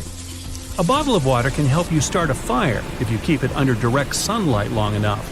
The bottle will act as a lens, gathering all the heat in one spot. Use fire and smoke to signal for help. Cover the flames with a big branch or with a pan for 3 to 4 seconds. This will gather enough smoke. Then let this puff of smoke go. Now, if you've fallen through the ice, try to get back to its edge. Don't pull yourself out by grabbing it. The edge will keep breaking, and this will wear you down in no time. Kick your legs until your body is positioned horizontally in the water. After that, get out of the water and onto the ice. Once you've made it there, don't stand up. Your weight should be distributed over a larger area. Then the ice will be less likely to break. Start rolling toward the shore like seals do. If you have a muscle cramp while swimming, try to turn on your back and float this way. Massage the bottom of your foot or the part of your leg that feels tight. If you have a cramp in the back of your leg, bend it at the knee and pull it toward your chest. You should be still floating on your back. Try to relieve the cramp by pulling your toes inward. If you get caught in an indoor fire, stay low and crawl toward the nearest exit. The smoke usually rises toward the ceiling. That's why crouching might keep you from inhaling it. If you have a piece of cloth or a handkerchief, put it against your mouth. It'll act like a filter against the smoke. Fall to the ground and roll back and forth if your clothes have caught fire. If you do have a fire extinguisher, aim it at the base of the flames. It's much more effective. And keep in mind that if you break a window, you'll let in more oxygen, and this will feed the fire. And here's what you should do to stay safe during a natural disaster. If you see the area getting flooded while you're outside, run away from any streams, storm drains, or rivers. Try to get to higher ground. If you're stuck at home, move to the roof if you think it's safe enough. If a tornado is moving towards you and you don't have time to escape, find a ditch or some low place. Lie down and cover your head with your hands or clothes. If a tornado happens while you're inside and there's no basement in your house, hide in a bathtub. Use a pillow to protect your head from any kind of debris that may fall down. The plumbing in the bathroom walls adds structural strength to the place. But if your bathroom has windows or an exterior-facing wall, pick a more secure place, for example, a closet. The more walls separate you from the tornado, the better. If you're outside during a storm and you suddenly feel your hair stand on end, it's your cue lightning is about to strike. Your skin might start tingling, and you're likely to hear some clicking or buzzing sounds. Immediately crouch down and place your head between your knees. But even though you should be as low as possible, do not lie down. The only thing touching the ground should be the balls of your feet. Keep your heels together. This way, instead of running through your entire body, electricity is likely to go in one foot and out the other. You can also cover your ears with your hands to prevent hearing loss. If you're lost in the desert, travel during the early morning hours. This way, you'll be able to avoid most of the heat. If you see a hill or some other high ground, climb it and look around. You might spot some greenery, buildings, or a road. You won't have such an opportunity at night. Many desert animals also hunt after the sunset. And here's how you should act around wild animals. If a bull is charging at you, stand still until it comes close. Then throw a piece of clothing in the opposite direction. Bulls react to movements, and throwing a hat or a shirt away from you will distract the animal. It'll chase the moving object. If a shark is moving towards you, don't swim away in panic. You'll look like something the animal will want to eat. Wait until the shark gets closer and start hitting it with your fists. Aim at its eyes, nose, and gills. These are the only vulnerable areas on the animal's body. If you meet a pack of unfriendly dogs, distract them and move away quietly. If one of the dogs still lunges at you, place some object between yourself and the animal's jaws. Now, let's say you've accidentally disturbed a swarm of bees, and now they are coming after you. Run in a straight line as fast as possible until they stop chasing you. An even better alternative is to find some shelter. It can be your car, a house, or even a public bathroom, and hide inside. Now, if you accidentally meet a bear, introduce yourself. No, wait. Actually, everything will depend on what species it is. If it's a larger brown bear, fall down and pretend you've passed away. Shouldn't be hard. But if it's a smaller black bear, which rarely attacks people, shouting and making yourself look bigger may help. You may also try to scare the bear away by pretending to lunge at it. If you encounter a snake, try to be as quiet as possible. If there's an opportunity to walk away, go for it. But if you can't avoid the reptile, raising your voice, banging two sticks together, or stomping your feet might make it retreat. Even though snakes don't have visible ears, they're sensitive to vibrations. And if all of these things happen to you on the same day, Call the Guinness people. I think you've set some records. Endless hot deserts seem lifeless at first glance. But among these sands, you can meet dangerous and sometimes creepy creatures. Some of them can only cause health problems, but some can stay in your memory forever. Let's get to know them, starting with dangerous ones and finishing with real nightmares. So, you're walking through a desert and see a big teddy bear with open hands. You understand that it's probably a mirage, but still, you come closer. You were right. It's not a plush toy, but a giant cactus. There's something strange about it. Thanks to some strange fluff, the branches resemble the arms of a teddy bear. However, this is not fluff, but thousands of thin needles, and they are the reason you shouldn't come closer. The cactus is called the jumping cholla, or teddy bear cholla. It grows in the desert areas of Arizona and in the northern part of Mexico. Don't worry, this cactus won't attack you, but it will cling to your skin or clothes if you touch it. Such a fur coat protects the cactus from animals, creates shade, and saves it from heat. The lateral branches are the most important parts of the plant as they carry out photosynthesis and accumulate a large amount of moisture inside. So, despite all the danger, the cactus can be helpful for desert wanderers. And the danger here is needles. If you look closer at them, you will see they have the shape of hooks. One touch, and hundreds of thorns are already in your finger. It's pretty difficult to get rid of them, and the needles cause unpleasant, painful sensations. But the coolest thing about this cactus is the way it reproduces. The plant clones itself in a new place. When animals and people pass the jumping cholla and touch it, the cactus gives them a small piece of itself, along with the needles. As soon as you throw this piece to the ground, it takes root and starts growing. The degree of danger is rising. The next monster from the desert is running toward us, and that is an ostrich. Many think these animals are cowards hiding their heads in the sand. You will most likely change your mind if you're unlucky enough to meet one. Usually, ostriches are not aggressive, but you should run if you come closer to their nest. On the other hand, you won't be able to do that because ostriches move at a speed of 43 miles per hour. You need a car to get away from them. They run and hit their enemy with their chests. There have been cases when ostriches attacked vans and caused significant damage to them. But the main danger these birds present is their powerful legs with sharp claws. They can deliver strong blows with them and even beat a prone opponent. So yes, if you see an ostrich in the distance, go the other way. This small spotted lizard lives underground almost all the time in the arid deserts of the southwestern US and northwestern Mexico. Sometimes, it goes outside to find lunch. It only seems cute, but in fact, it's a dangerous Gila monster. Its thick skin protects the reptile from hawks, coyotes, and other predators. But its main protection is its venom. Snakes and spiders inject their toxins using long, needle-like fangs. The Gila monster clamps down and chews the prey to spread the venom. And when it bites a person, it can keep its jaws closed for a long time. Getting rid of the animal is a tricky feat.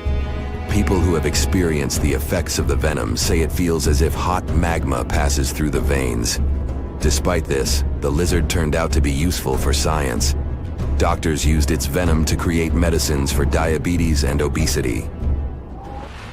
The time has come. Now you're about to meet one of the creepiest creatures living in the desert. Be quiet and listen to the silence.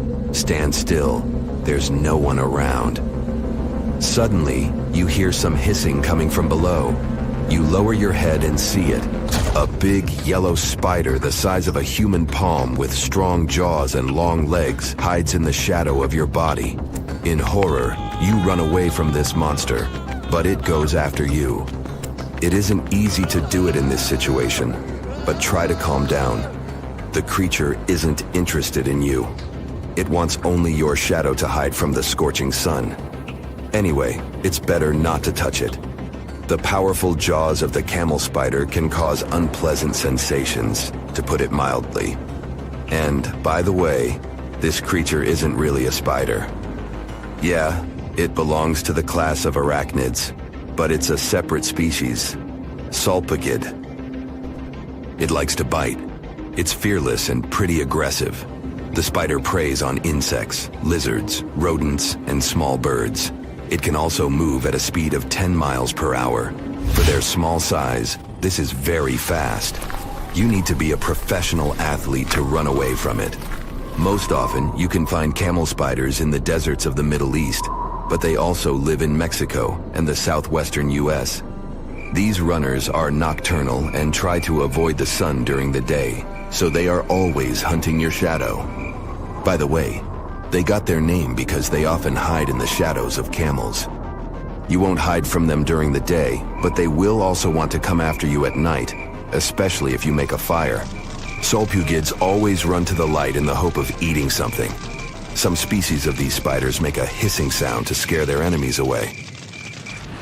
Now, let's calm down for a second and leave the hot desert. We're going into the humid tropics of Tanzania. Under tree bark, fallen leaves, and in dark caves, you can meet one of the most terrifying creatures on Earth, a tailless whip scorpion. Imagine a big scorpion without a tail, with a flat body that looks like it has been pressed by something.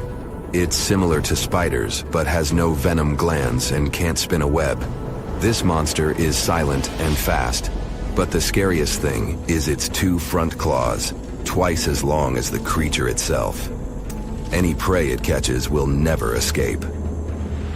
Life in a dark cave has spoiled its eyesight, so the whip scorpion tries to avoid sunlight. During molting, it climbs up to the ceiling and slowly comes out of its old skin. Imagine directing your flashlight there and seeing small cocoons out of which pale spiders with excessively long legs crawl. If you really meet it, be calm and slowly go away as far as possible. Be careful. The flat scorpion can crawl under your clothes in a second and bite you in the stomach. And that's not the worst part. Okay, this is a joke. This pretty guy is one of the shyest and most harmless creatures among spiders and scorpions. It's afraid of you and will never attack. Many consider it beautiful and keep whip scorpions in glass terrariums. If you want such a pet, carefully watch it so that it doesn't run away from its house. If it happens, it will be pretty challenging to catch it again. In a matter of moments, it can get under your bed or go through gaps in the floor. Then it'll go to your neighbor's apartment through a ventilation system and scare people there. Okay, how about one more scorpion? It's not as creepy as the other creatures in this video, but it's the most venomous scorpion in the USA.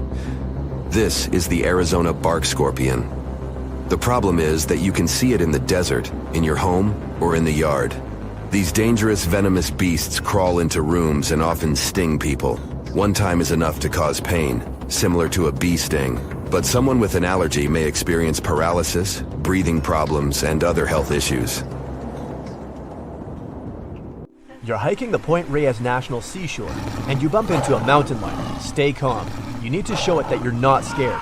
Shout loudly at the lion. Wave your arms. If that doesn't work, start throwing rocks, branches, or anything else you can get your hands on. Aim at the ground in front of the lion. Never throw anything directly at it. That will only make it angrier.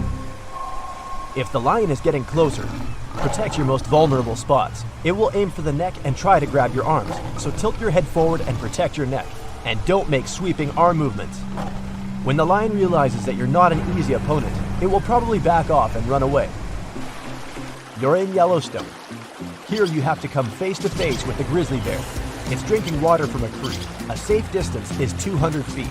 The grizzly has spotted you. It stands on its hind legs and looks in your direction. Now it's about the height of an average basketball player and it weighs almost 800 pounds, so you don't stand a chance to win. You have to freeze in place. Grizzlies have poor eyesight, so it just might not see you. But then it starts walking in your direction. Don't turn your back to it and don't even try to run as fast as you can. It will chase you. You need to seem bigger than you really are. Wave your arms and spread your legs a little wider. Always talk and shout at the bear. It will understand that you're not a humble deer. Try to make a clanking sound of metal. If you have food with you, don't throw it at the bear. Just put it on the ground and keep backing away while facing the bear. If it starts running towards you, your only chance is to fall to the ground and freeze. Bears aren't scavengers, so if it thinks you're not alive, it'll just sniff you, shrug, and walk away. Now you go diving on the Florida coast. You have to protect yourself from the great white shark. Never wear shiny and blinging jewelry when swimming. It attracts sharks. And never swim at night. This is when they go out looking for food. Lots of splashing water can also attract this marine predator. But if the shark swims towards you anyway, the rule here is 1. Do everything in your power to defeat it. Try to stay calm and swim to the shore. If the shark chooses you as food, there's only one thing that can scare it off. Try to punch the shark in the nose, eyes, or gills. Now you're in Africa. Here in the tall grass of the savannah, you see a lion, and worse, it sees you. The first thing you need to do is maintain eye contact. Don't turn your back to the lion and don't run. This 8-foot predator, weighing like 3 adults, is running at you at the speed of a car on the highway. But then it stops abruptly and continues to stare at you. Lions often make fake charges to frighten their opponent. At this point, you have to appear much bigger than you really are. Spread your arms and make loud noises. Then the lion can make another fake charge. And if you keep standing still, the lion will realize you're a strong opponent and go the other way. The female lion is way more dangerous than the male one. If it's guarding the babies, it won't stop and you won't stand a chance. Your safari jeep takes you to the next location. You see elephants peacefully drinking water. These guys can be 10 feet tall and weigh as much as 2 SUVs. They can even flip cars over with their powerful tusks. And now, one of them sees you and wags its big ears. It's bluffing. With those ears, the elephant wants to appear bigger and scare you away. It's also scared and won't run at you all the way.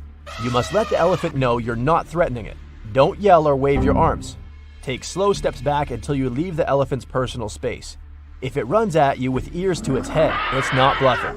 Climbing a tree isn't a good option right now. It might ram the tree and you'll fall down. It might even tilt the tree with its strong trunk.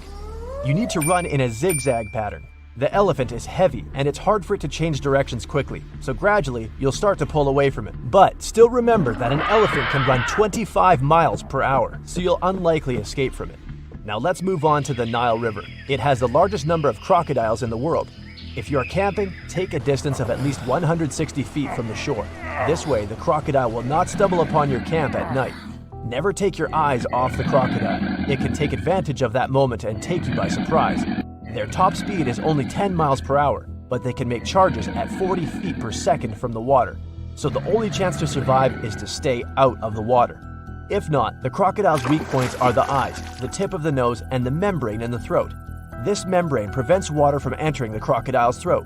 When running away from a crocodile, be careful not to bump into a hippopotamus. This is one of the most dangerous animals in the world. They can be the size of a business-class car and weigh as much as a big elephant. And they can run as fast as horses, so they're sure to outrun you in a sprint. The main thing is to not frighten it. If you're standing far away, get its attention with a loud sound. Usually they will try to get away from you. Use this moment to back away too.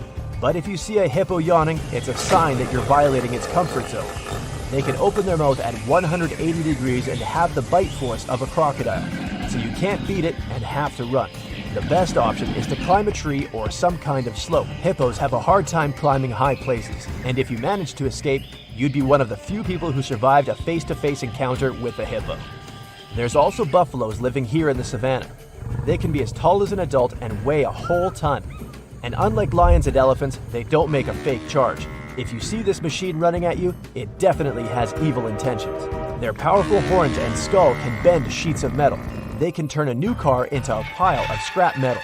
You can never outrun a buffalo, so your only option is to find the nearest tree and run to it before the buffalo even starts its charge. If you run into a snake, you need to freeze in place. There are endless species of snake, and you don't know if your opponent is venomous or not. So you definitely need to avoid getting bitten. Make smooth and slow backward movements. If the snake is following you, stop and start stomping your feet. The strong vibrations of the ground should scare it away. If the snake bit you anyway, try to remember exactly what it looked like. Better yet, take a picture of it. To neutralize the venom, you need to take an antidote to the specific venom of that species of snake. You're on your way to Northeast Asia. As you're going through the dense jungle, you see a clearing. Several wild boars are peacefully grazing there. One of them is a female with several children. It'll do anything to protect them, so it's especially aggressive now. Oops, it spotted you. Get ready to defend yourself. If the wild boar is making high-pitched, piercing cries, it's going to strike you. The first thing you need to do is to stay calm and stand still. You have a good chance that the boar will go on its way, but you see it starting to run. And now you have several options. A, you can run away. B, you can face the blow. And C, climb the nearest tree. The first option is wrong. Wild boars can run almost as fast as Usain Bolt, and when it catches up to you, its sharp tusks won't leave you a chance. Option B, stay where you are. Wrong. A wild boar can weigh as much as a motorcycle and be almost as long as an adult. A hit at 25 miles per hour will just knock you down. So the correct option is to climb the nearest tree. If there's no trees, then climb a car or a tall rock. You have to be in a higher position than the boar. When it realizes it can't reach you, it'll leave you alone. The most important thing is to stay away from wild boars. Never try to feed them or provoke them. This black, ominous-looking snake won't hurt you. It's got no fangs. You may have mistakenly thought that this black critter is none other than a black mamba, but it's just a harmless rat snake. There's one main sign that can help you figure out if a snake is really dangerous. Unfanged species do not have a venom delivery system, therefore, their bites won't harm you that much. But if you see a snake with fangs, you're in real danger. If you come across a snake, it's best to leave the area and seek assistance from a wildlife professional in identifying the reptile. Here are some tips to help you distinguish between the two types. Observe their behavior, nesting habits, and habitats. Some snakes may shake their tails as a warning signal. Also, venomous snakes typically have triangular-shaped heads, compared to non-venomous snakes with rounded heads. Time for an optical illusion. Can you spot a snake here? You'd better be attentive because there's a boomslang hiding on that tree. This slithery critter has mastered the art of disguise, and it likes to pretend to be a tree branch. Also, boomslangs may not have the best sense of smell, but they make up for it with their ability to detect chemicals in the air. Using their tongues, they gather odor molecules and press them against their sensory organs in the mouth. This snake is venomous. Just look at those fangs. Still, while they're not in use, the snake can neatly fold back its fangs into its mouth. Rattlesnakes and humans have something in common. Both have a lot of keratin-made accessories in our bodies. Human nails and hair are made of keratin, and rattlesnakes' rattles are made of it too. The staple sounds these slithery creatures make are similar to the noise we humans can make when we rub our nails against one another. But these reptiles do it super fast, so it almost sounds like hissing. Whenever the snakes shed, they add up a new segment to their rattle. But it's not like the older a snake is, the more segments it has. Their rattles may wear off or break, just like our nails. Rattlesnakes, as well as many other snakes, have a unique inner ear structure that doesn't include an eardrum. This means they can't pick up airborne sounds like we do. Instead, their inner ear is connected to their jaw, and they use this mechanism to feel vibrations. Biologists are still figuring out whether snakes detect sounds through pressure or mechanical vibrations in their bodies. They're also quite selective eaters. Rattlesnakes only chow down when they're feeling hungry, with adults usually waiting around 2 weeks between meals. These sneaky hunters usually go after mice, rats, squirrels, and rabbits, but they won't say no to a bird if they manage to catch one. Younger rattlesnakes, on the other hand, tend to have a heartier appetite, sometimes dining as often as once a week. Now look at their huge fangs. They're like hypodermic needles, hollow and sharp, allowing them to inject venom. What's really cool is that these fangs are hinged and lie flat against the snake's upper jaw when its mouth is closed, only to spring forward perpendicularly when it strikes. Majestic cottonmouths are named this way because of the striking white coloration inside their mouths that they display when threatened. These semi-aquatic serpents effortlessly navigate both water and land, earning them the moniker water moccasin. Equipped with heat-sensing facial pits nestled between their eyes and nostrils, They possess an extraordinary ability to detect even the slightest temperature variations, honing in on potential prey with precision. Rarely do cottonmouths bite humans, reserving their venomous strike for moments of provocation. Here's a tip on how to distinguish between non-venomous water snakes and their venomous counterparts, cottonmouths. While water snakes boast a slender build, cottonmouths exude a robust and weighty presence. The telltale signs continue with water snakes sporting elongated, slender tails and heads proportionate to their necks, contrasting with the blocky and broad head of a cottonmouth. The pupils of the water snake are round, a departure from the vertical, cat-like pupils of cottonmouths. Plus, non-venomous snakes don't have the distinctive facial pits characteristic of pit vipers, like cottonmouths. Here's another venomous star, the copperhead snake. Their musk smells just like cucumbers. Their venom is pretty particular too. Will you be in trouble if this snake bites you? Totally. Does it help cure lethal conditions? Sorta. It's not 100% proven fact so far, but scientists have been testing this theory for quite a while. And they did notice that the copperhead snake's venom can, if not cure some serious conditions, but slow down their progression. Even so, they have the most venomous bites among all the US snakes, but antivenom for the bites somehow is not always needed. Coral snakes are known for their non-aggressive nature, as they are shy and secretive creatures. Theirs make up less than 1% of snake bites in America. Their venom is a neurotoxin that paralyzes nerves, and due to their small teeth, they must chew on their prey to inject the venom. When feeling threatened, a coral snake will curl the tip of its tail to confuse the attacker about the location of its head. The mysterious and mesmerizing black mamba, also known as the black-mouthed mamba, calls the rocky savanna its home and loves to hang out near termite mounds. With a color range from gray to dark brown, its name comes from the dark interior of its mouth. Black mambas hold the title of some of the fastest-moving snakes globally, reaching speeds of 10 to 12 miles per hour on a sleek surface. Despite its fierce reputation, unprovoked attacks on humans remain unproven, and the snake is actually responsible for only a small number of lethal cases each year. Saw-scaled vipers possess a fascinating ability to produce a spine-chilling noise, accompanied by a striking threat display. The unique shape of their scales allows them to create a prolonged rattling hiss or sizzle when they move in a particular terrifying manner. These sounds serve as a clear warning to anyone in close proximity to the snake. Despite being responsible for many fatalities, without treatment, the saw-scaled viper's bites are fatal in fewer than 10% of cases. This contrasts starkly with the king cobra and black mamba, whose untreated bite fatalities are significantly higher.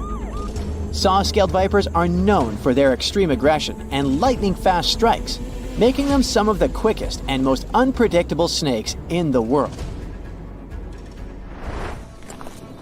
When you're out hiking in the bush, remember not to mess with any snakes you come across, even if they don't seem alive. Some sneaky snakes play possum and can strike if bothered. If you spot one, give it some space. When it comes to snakes, they're usually pretty shy and won't bother you unless they feel threatened.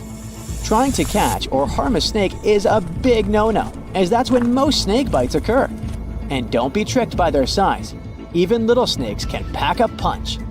For example, baby brown snakes are born with venom, so it's best to admire them from a safe distance. Each year, over 7,000 Americans fall victim to snake bites, often due to misguided attempts to handle or fight a snake. It's crucial to avoid such actions and seek immediately medical help if bitten. Understanding how to differentiate between venomous and non-venomous snakes is key to assessing potential risks. Contact a professional if you're unsure about a snake's identity, and never handle a snake, even if it appears harmless.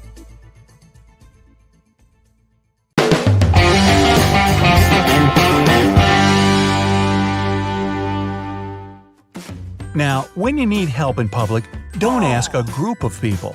Instead, approach individuals.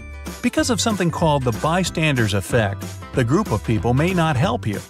This social psychology theory states that people are less likely to help you when others are around them. They assume someone else from the group will run to your rescue.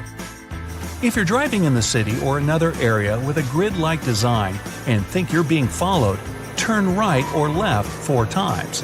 You'll end up at the same place you were before, and if the car behind you does too, you're probably being followed. Don't go home and try to lose them. If you're outdoors while a storm is approaching and your hair stands up, find shelter immediately. Static in your hair means positive charges are rising through your body, reaching toward the storm's negative charges. You're likely to be struck by lightning. If a shelter isn't available, squat low on the ground on the balls of your feet, put your hands on your knees and your head between them. Making yourself as small as possible will minimize the contact with the ground and the damage from the lightning. Always carry a small mirror with you while traveling in isolated areas. It'll come in handy if you get lost. If you're stranded in the desert and a plane flies overhead, point the mirror toward it to reflect the light. If you don't have a mirror, signal planes overhead by waving both your arms up and down. If you're stranded somewhere in your car, don't abandon it. It's more challenging for rescuers to spot you without your vehicle.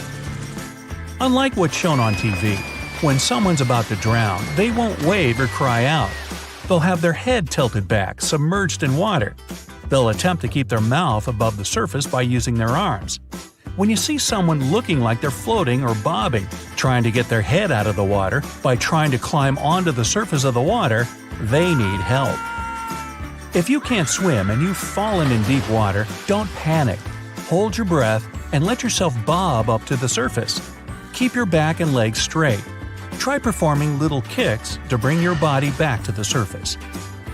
If you're trying to save someone who can't swim, never approach them directly. They'll likely bring you down in their panic.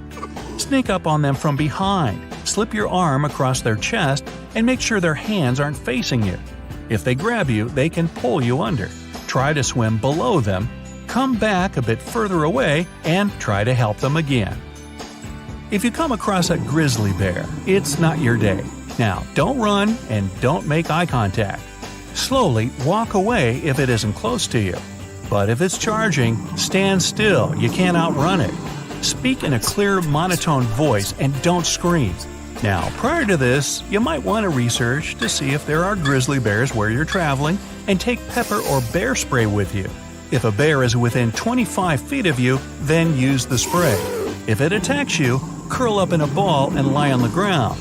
Stay quiet, don't move or panic till it goes away.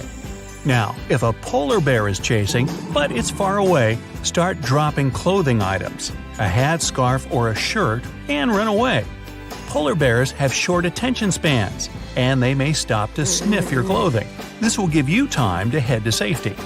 By the way, if both of these bear encounters happen to you, then please remind me not to go on vacation with you. Moving on. If someone is choking, but they're coughing, don't intervene. Coughing means air can get both in and out, and they've got a partial obstruction in their airway. By helping, you could cause a backflow of air, which could either force out the hazard or dislodge the blockage and cause a full block. Just let them cough it out. Only help when they can't breathe or cough. When caught in a strong rip current, never swim against it. You'll tire yourself and it won't end well. Swim parallel to the shore fast, but stay calm and comfortable. Even if you get further out, you'll eventually escape the current and can head back to shore. Thumbs are the weakest part of someone's grip. If someone pulls you by the wrist, don't twist your arms in their hand.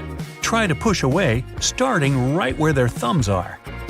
Notify your State Department if you're going abroad. In the US and some other Western countries, you can tell the Department of State that you're going overseas. In the event of a natural disaster or a political conflict, they'll know that you need to be evacuated. They'll also update you on things that happen in the country you're visiting to protect you from trouble. If you find yourself in a stampede of people, you're in trouble as soon as you fall. Don't curl up in a ball and wait for it to be over. This can cause more damage. Try to grab someone's leg as they run past you to help yourself up and keep going. Sometimes, camping trips end with people lost. If you're in such a situation and trying to walk out of the camping site, take burned coal or wood sticks with you. Use them to draw messages on trees, rocks, or logs. The markings will stay there for weeks, and it'll be easier for the rescue party to trace you. Always carry a needle in your first aid kit. If you're lost, you can make a compass with one. You first need to magnetize the needle by rubbing the eye against hair, fur, or silk around 100 times. Fill a container with water, place a leaf on the water surface, and rest your needle on the leaf. It should start pointing north to south. When calling emergency services, first tell them your exact location and then the problem. Even if you get cut off, they'll know where to send the police or an ambulance. If you have a fishy smell in your home, call a licensed electrician immediately. It can come from overheated plastic and electrical components that can cause an electrical fire. It might be from an outlet, a switch, an electrical breaker, or something else, like the fish you're baking in the oven. If a snake bites you, there are a few ways to tell if it was venomous. You can ask. It probably won't tell you. Venomous snakes usually have multiple colors and cat-like pupils. Look at the bite area. If there are 2 deep puncture wounds, you were most likely attacked by a venomous snake. If the bite mark has tiny sharp teeth and a U-shape, it was probably non-venomous. Whatever the case, call emergency services and snap a picture of the snake if you can. Using your mouth to pull the venom out is even more dangerous. You've got more chances of getting poisoned than removing the toxin from your body. If you're traveling and exposed to freezing temperatures, you're at risk for frostbite. At first, a part of your body will become hard and pale. Then you'll experience aching, stinging, and numbness. To avoid frostbite, apply petroleum jelly on your nose, ears, and the tips of your fingers and toes. You did remember to bring some, didn't you? This brings up a reminder. If you're shivering while in the cold, you're safe. Your body is trying to warm you up by contracting your muscles. But once you stop shivering, and if you grow tired and want to sleep, then find a warm place immediately. You're at risk for hypothermia. You'll need a warm compress on your chest, neck, or lower tummy. Never apply a warm compress to your hands or legs. The sudden temperature change could force cold blood back into your heart, lungs, or brain, causing your core body temperature to drop. If you're lost and you need to drink water from a stagnant source, always boil it to purify it. Untreated water has bacteria or other oils and chemicals that can be harmful to you. The exact temperature and time you need to boil the water depend on the altitude. To be on the safe side, try to boil the water for 3 minutes. When cooking oils start to boil, they'll smoke and then catch fire. If that happens, turn off the heat and don't remove the cooking pot. Cover it with a metal lid. Fire won't survive without an oxygen source. Use baking soda to extinguish small grease fires. You'll need a ton of it to do the job. And only use this tip when the fire is small. Never use water. It'll cause the oil to splash and spread the fire. You got all that? Good. This tree has poisonous bark, leaves, and even seeds. What's worse, those seeds can even explode. Wow. And that's not the kind of experience you want when traveling around tropical America. Meet sandbox tree, a 100-foot giant covered in conical studs. The tree itself looks unique, since the studs look almost like tiny pumpkins. But don't you dare come close and touch them. Just contemplate it from afar.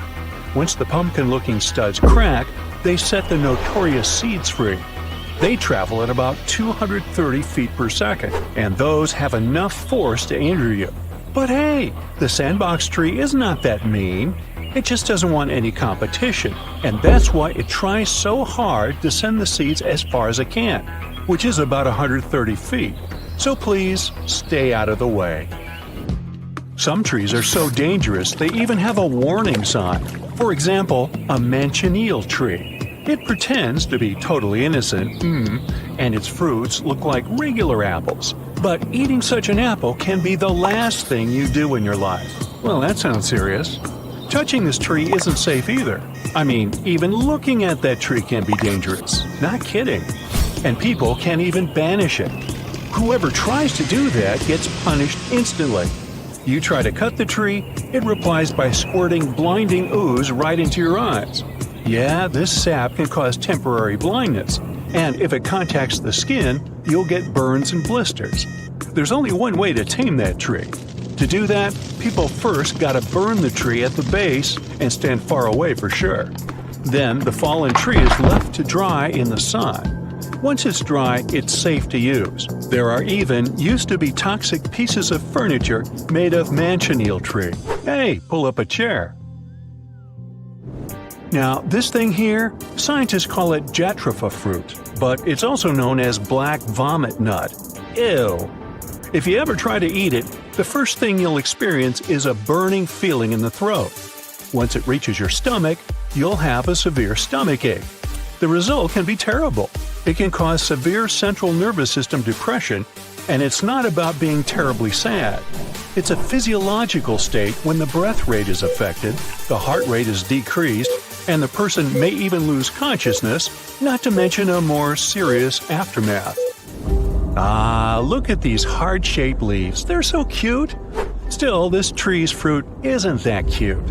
Pangium edule is native to Southeast Asia, and its fruit can be eaten, but it requires a lot of preparation. First, you need to grab those brownish clusters that look like pears. These are the fruit. Second, you need to boil the seeds. Yeah, you gotta get to those seeds through the pulp that looks soft, creamy, and possibly edible, but that it's not. Third, you need to either soak them or wrap them in banana leaves for 40 days for the hydrogen cyanide to be released. Yeah, that's great that hydrogen cyanide is slightly water-soluble and can be sort of washed out once the seeds are boiled and fermented. But isn't that too much effort?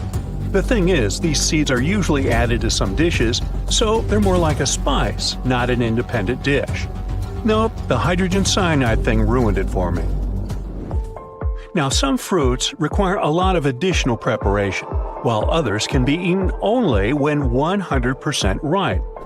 Raw elderberry is rich in vitamin C, which is good for you, and cyanide, which is not that good. These berries are quite popular, though. You can find them in pies, syrups, teas, jams, you name it. Fully ripe and cooked berries aren't dangerous. And nope, these berries aren't banned. National Jamaican fruit ackee has a truly unique taste. It's mild and buttery, and people who tried it say it tastes just like scrambled eggs. Just like with elderberries, it's safe to eat ackee only as long as it's fully ripe. So the importation of raw ackee fruit was banned in the US almost 50 years ago. The only edible part is the white creamy flesh itself. The pink flesh looks mouthwatering, but don't fall for it. It's highly toxic. Same with the black seeds. Well, let's interrupt this for a fun fact. People used to utilize ackee fruit for cleaning clothes, thanks to its laundering properties.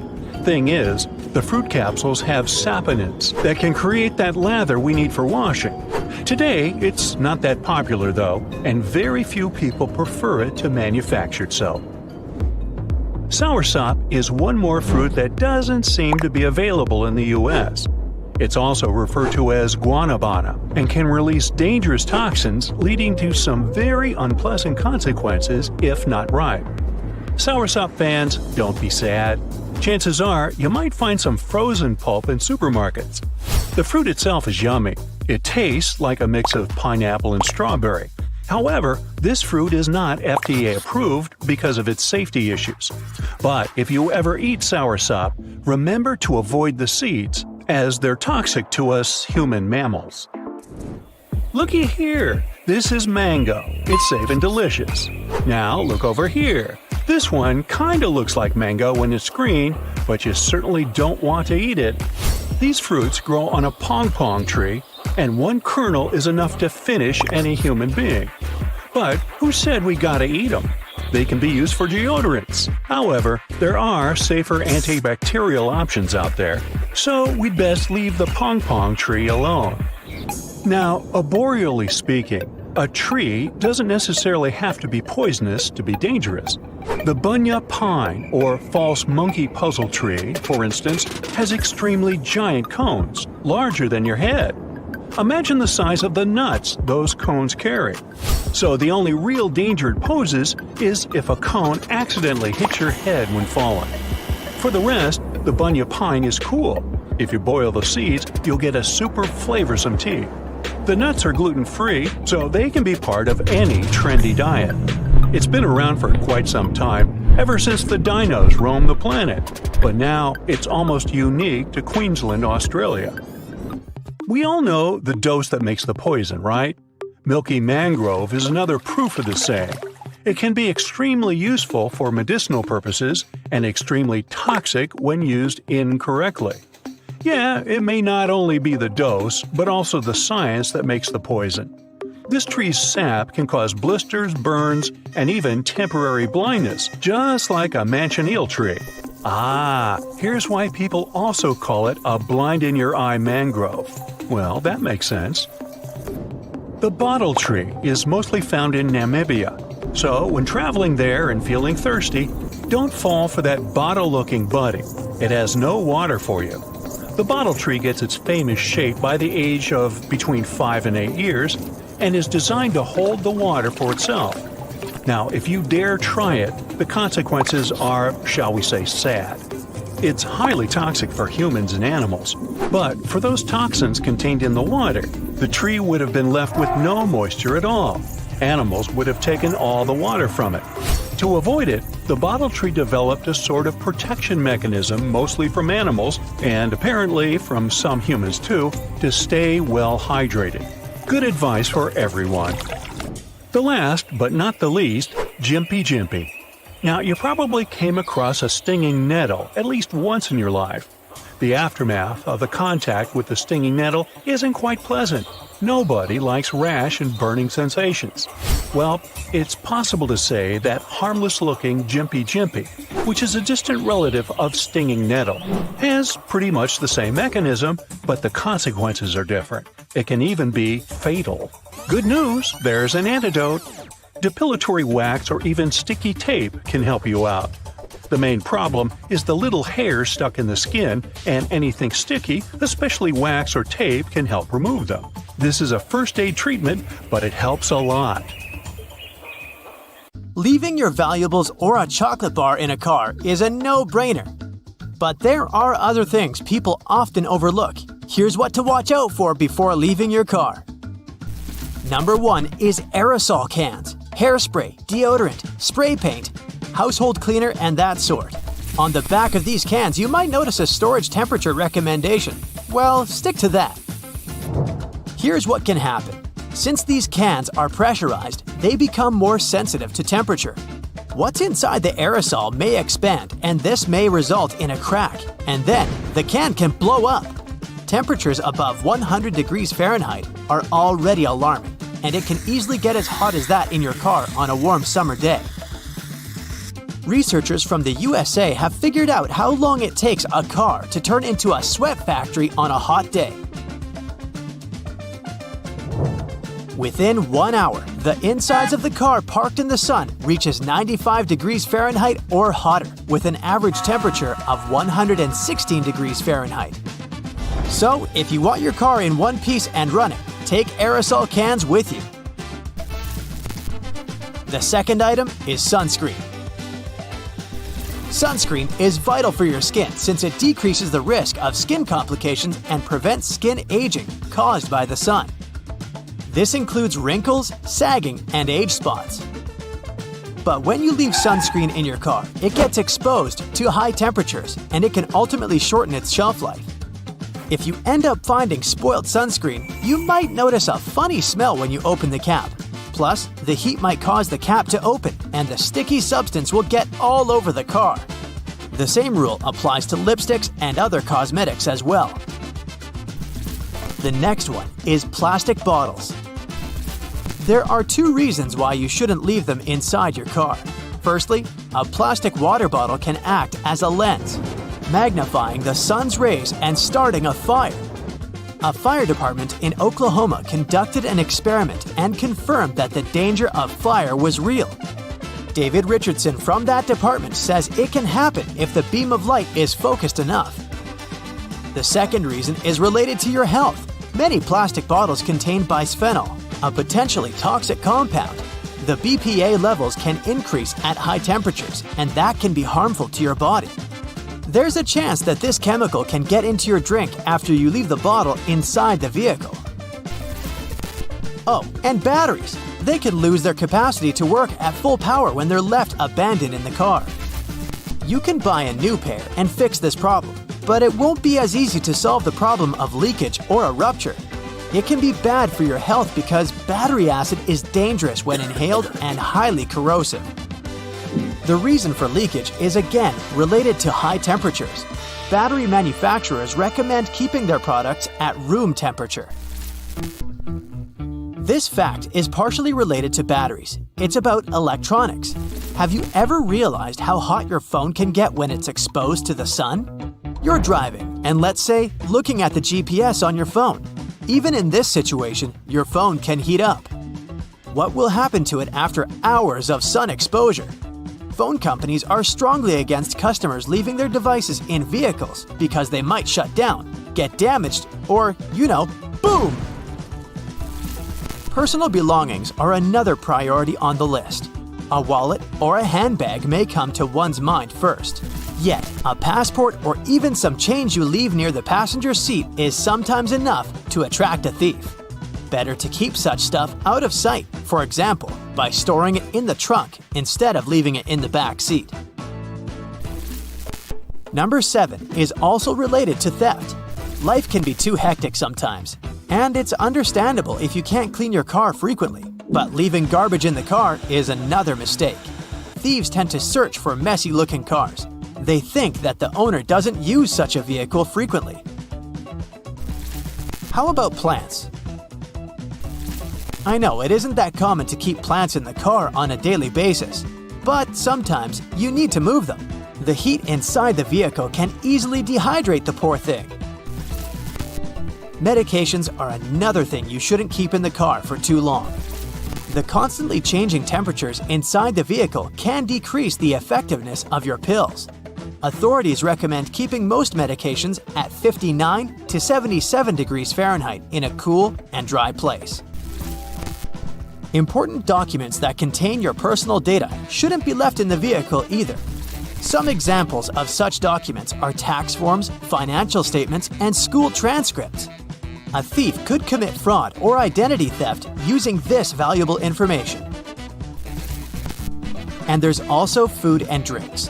Experts recommend not leaving groceries or leftovers in a warm car for more than 2 hours, or only an hour when it's over 90 degrees Fahrenheit. The same rule applies in the winter too. Canned foods, for example, have a high risk of going bad. If a can of sweet peas, let's say, gets frozen in the car, the effect will be similar to what would happen to soda. Let it thaw in the refrigerator instead of leaving it at room temperature. If the product doesn't look or smell normal, throw it away in a place where not even an animal can find it. Don't try to taste it, just trust your senses. If the item seems rusted or there are some cracks in the can, it should end up in the trash too. Eggs are another example. Normally, eggs shouldn't be frozen. But let's suppose you forgot one grocery bag in the trunk of the car, and the weather was so cold at night that the eggs got frozen. Keep the eggs in the refrigerator before use. They should be hard-cooked. It's your only option. You see, freezing causes the yolk to become thick and syrup-like. It loses that natural flow and doesn't mix well with other ingredients. You shouldn't leave your pets alone in the car, obviously, and not just because of a potential rise in temperature. They will feel uncomfortable without you, their best friend, accompanying them. In their frustration, they might do something to get noticed, which can be, for example, ruining the interior of the vehicle. Now let's return to the winter season again. If possible, keep the gas tank of your car over half full. This can prevent the fuel lines from freezing. It also makes it easier to start the engine and hit the road in the morning. While keeping an eye on the fuel bar, it might be a good idea to glance at the tire pressure too. The cold can result in tire pressure drops. Not only high, but also low temperatures can damage some items. A good example is paint cans. They should be quickly taken out of the vehicle in the winter. The ingredients in the paint can experience expansion, separation, and clumping due to the cold. In other words, you won't be able to use this paint anymore. Weather also affects wooden musical instruments like violins or guitars. Changes in temperature and humidity can cause wooden instruments to warp, crack, or split. Glasses get affected by fluctuating temperatures too. In a hot car, plastic frames can bend. Or plastic can become brittle when it's very cold. This makes glasses prone to breaking. Don't leave house keys and garage door openers inside the car. This is an everyday practice for many people, but it's risky. They can get into the wrong hands. To listen to music, most people connect their phones to the car or listen to the radio. CDs are getting less and less used these days, but don't leave them in the car anyway. They might get warped, and you won't be able to use them anymore. Can you think of any other items you shouldn't leave in the car? Leopard seals look so cute, don't they? You wouldn't expect a creature with such lovely eyes to harm you, especially since, on TV, seals were always represented as playful animals who like to goof around with humans. But leopard seals are apex predators you shouldn't trust that much. After all, they got the name after a black spotted coat, similar to the one a big cat has. That means they're at the top of the food chain, with rarely any other animal ready to oppose them. It's not that common, but there are known cases where they attacked humans. They're generally more aggressive than other seals. And they're not animals that play well with others. Generally, they prefer to spend time by themselves. The ends of their mouths are permanently curled upward, which looks like they always smile. Since they're solitary animals, finding a partner is harder, so they vocalize to attract it. They even sometimes sing underwater. Dingoes. When you see one, you might think you're looking at an average street dog. But be careful. Dingoes are more closely related to wolves than dogs. They're the biggest land predator in Australia and apex predators. They go after their prey in packs. When they get together, they can confront even bigger animals like the red kangaroo. They generally avoid humans, but when in significant numbers, you should avoid them. Who doesn't love pandas? Because they look so adorable and innocent. They've become a symbol of kindness and peace. Also, they're very lazy since they spend most of their time resting and eating bamboo. Sounds peaceful, but you better not mess with them. If you accidentally cross a panda's territory, or the animal senses you're a danger, it can hurt you. They have strong jaws and claws, and in most cases, they're way stronger than humans. They rarely attack humans, but you're safer knowing that pandas are one of those animals you should leave to enjoy their own peace. Slow loris. These animals are so slow that even when something dangerous is approaching, they just stop moving. And don't let their big wide eyes and tiny nose get you. This creature may be adorable, but its bite is venomous and can get you into a lot of trouble. Scientists say slow loris tends to mimic a cobra. It's one of the few venomous mammals in the animal kingdom. And they don't secrete the venom in their mouth like a majority of other animals. Their secret lies in a sweat gland on their arms. So when you think about it, it's not a cute teddy bear, but more like a real little monster. The same goes with koalas. They look so calm, but they'll also attack you if they see you as a threat. It's not that they're typically dangerous animals. They spend most of their time high in eucalyptus trees, since they sleep 22 hours a day. And if you came across a koala in the wild, the animal would probably just climb higher so it could avoid you. But if it felt threatened, it would most likely use its teeth and claws as a defense. A swan does not only look delicate and graceful, but romantic too. Many associate swans with true love, but in their case, love hurts because these animals could really harm you. If they see you as a potential danger, they'll do whatever it takes to protect themselves and especially their young. First, they will start hissing like a cat and then flap their giant wings. You should already be running at this point because they can use their strong beaks to pull, bite, and hit with their powerful wings. Platypus. This one looks a bit like a mythical creature and a combination of different animals. Take a look at its webbed feet and the snout. Definitely a duck, right? It has the fur of an otter and a paddle tail like a beaver. And they look so graceful when you see them swimming underwater using their webbed front feet. But they're not so elegant while walking on land. You see their nails come out so they can walk better.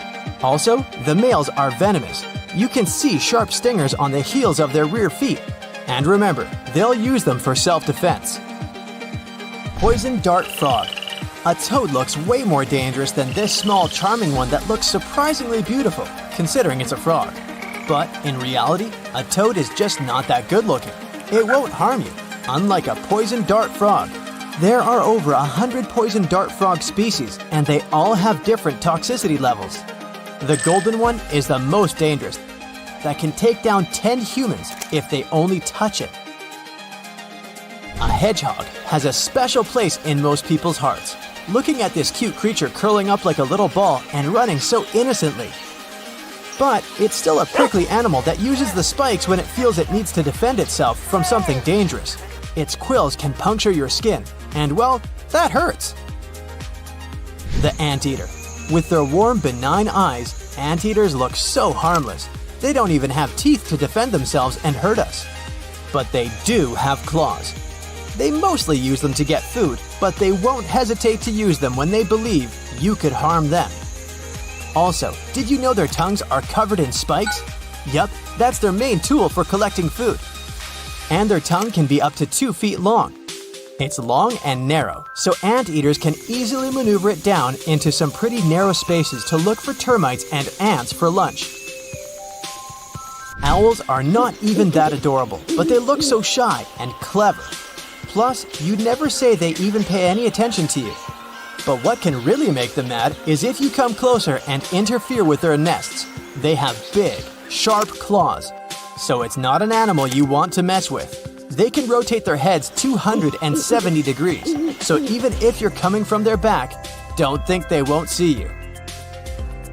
Kangaroos aren't generally those animals that go around looking for trouble, but if you face them, they're not afraid to stand up for themselves and show you who's in charge. They can go after a human as if it's another kangaroo.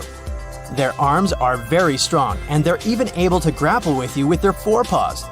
But it's way worse when they kick out with their hind legs. Deer look like they came from an idyllic fairy tale, but be careful. Males have antlers, and it can be tricky if you come too close and they perceive you as a potential threat. They also have a habit of trampling private gardens and eating what they find. They can be dangerous for some domestic animals people have in their backyards, especially dogs. Red foxes can't harm us looking like that, right? They can carry the rabies virus, so it's better not to interact with them too much. Even though they generally avoid humans, they can be aggressive towards them and some small animals. They're pretty unpredictable, so be careful. Raccoons look friendly and cute, and it seems that the only trouble they can bring is turning over your trash can, but not quite. These little fellas are definitely not afraid to show their teeth when they sense something dangerous, even though it's just you going out to see what's making that noise in your trash can. And their little paws might be cute at first, but they're hiding sharp claws you wouldn't want to mess with. Tarsiers are among the tiniest and most adorable primates in the world. Although the first thing you'd want to do when you see one is to give them a hug, you better think twice. They're not outright dangerous, but they're not fans of humans trying to touch them, so they can react pretty neurotically if that happens. Better admire them from a distance. Oops, another burglary in the US has just occurred. Wait another 22.6 seconds and there will be another one. Hey, no need to worry about your property. Forewarned, forearmed. Let's explore a few tips on how to protect your house. A mere sticker can contribute a lot to your house's safety. For instance, you can use a sticker that says you have a home security system, even if in reality you don't. It may not sound convincing enough, but still, burglars prefer not to mess with such houses. Just one more tip here. Make sure the sticker looks true to life, so a makeshift sign won't do. It's better to fork out some money and grab a real-looking sticker. Another smart trick is to leave a pair of really large shoes on the porch so that the burglars could clearly see them. It will make them think someone big and dangerous lives there, and they won't fancy meeting them. Right, now let's inspect your door. I hope you don't leave the keys under the doormat. The only things you can leave under the mat are the cookies or chips. This is a fun way to see if someone was visiting you while you were away. However, the trick doesn't give you a 100% guarantee. It might be a mailman, a delivery guy who got the wrong door, or even a random dog hanging around your porch. Yeah, cookies feel better in your stomach, not under the doormat.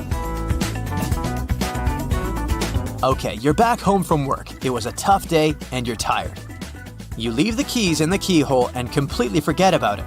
Right, the main thing is that you've locked the door and the keys are inside. But who said there is no burglar in the bushes targeting your house? Technically, it might be impossible to insert a dupe and get in if there's a key in the keyhole. But these guys are well equipped and have a whole assortment of hooks to lure the key out. You know what happens next? They can seep into your house as silently as ninjas and grab all your valuables while you're peacefully sleeping. A lock that can only be closed from the inside and can't be opened from the outside seems like a good solution.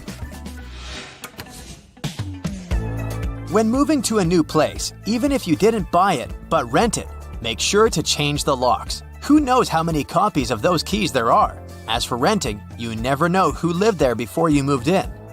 Also, if for some reason you accidentally left your keys in the front door for some time, the best thing to do is to change the lock. Yeah, probably nothing bad will happen, but still, it's better to play it safe. Plus, not only should you stop leaving the keys in the door, but you also shouldn't leave them on display. Maybe it's better to bring the keys to the living room instead of keeping them near the front door. Sometimes, burglars can use not only your door, but your window too. Mind your trash, especially if you throw away some pricey stuff packaging. Don't let the thieves know what you purchased and how much you paid for it. Also, your trash may contain some essential information about your personal data, credit card details, and so much more. Keep an eye on your mailbox. Make sure you have a lock on it. Thing is, burglars may be quite interested in your mail contents, so the secret is simple. Keep the mailbox locked and make sure you shred any personal data-related papers. Now let's inspect your front lawn. Hey, I can see something compromising. I'm talking about these large bushes. Yeah, I know you don't have time to trim them. The larger they get, the more space there is for the burglars to hide. Plus, if someone sees untrimmed shrubs and trees in the front yard, they might think nobody's home. You see the point, right? Okay, let's say you ignored all the previous tips and burglars broke into your house. The most interesting thing for them is surely cash. If you don't have any cash at home, you can skip this tip. But if you have valuables, get creative. Cash can be stuffed into a plastic bag and hidden in a large container with some leftovers. Also, you can place that plastic bag into an old detergent bottle you keep in the storeroom or the kitchen. Burglars aren't likely to look for your stash there. A couple of don'ts here.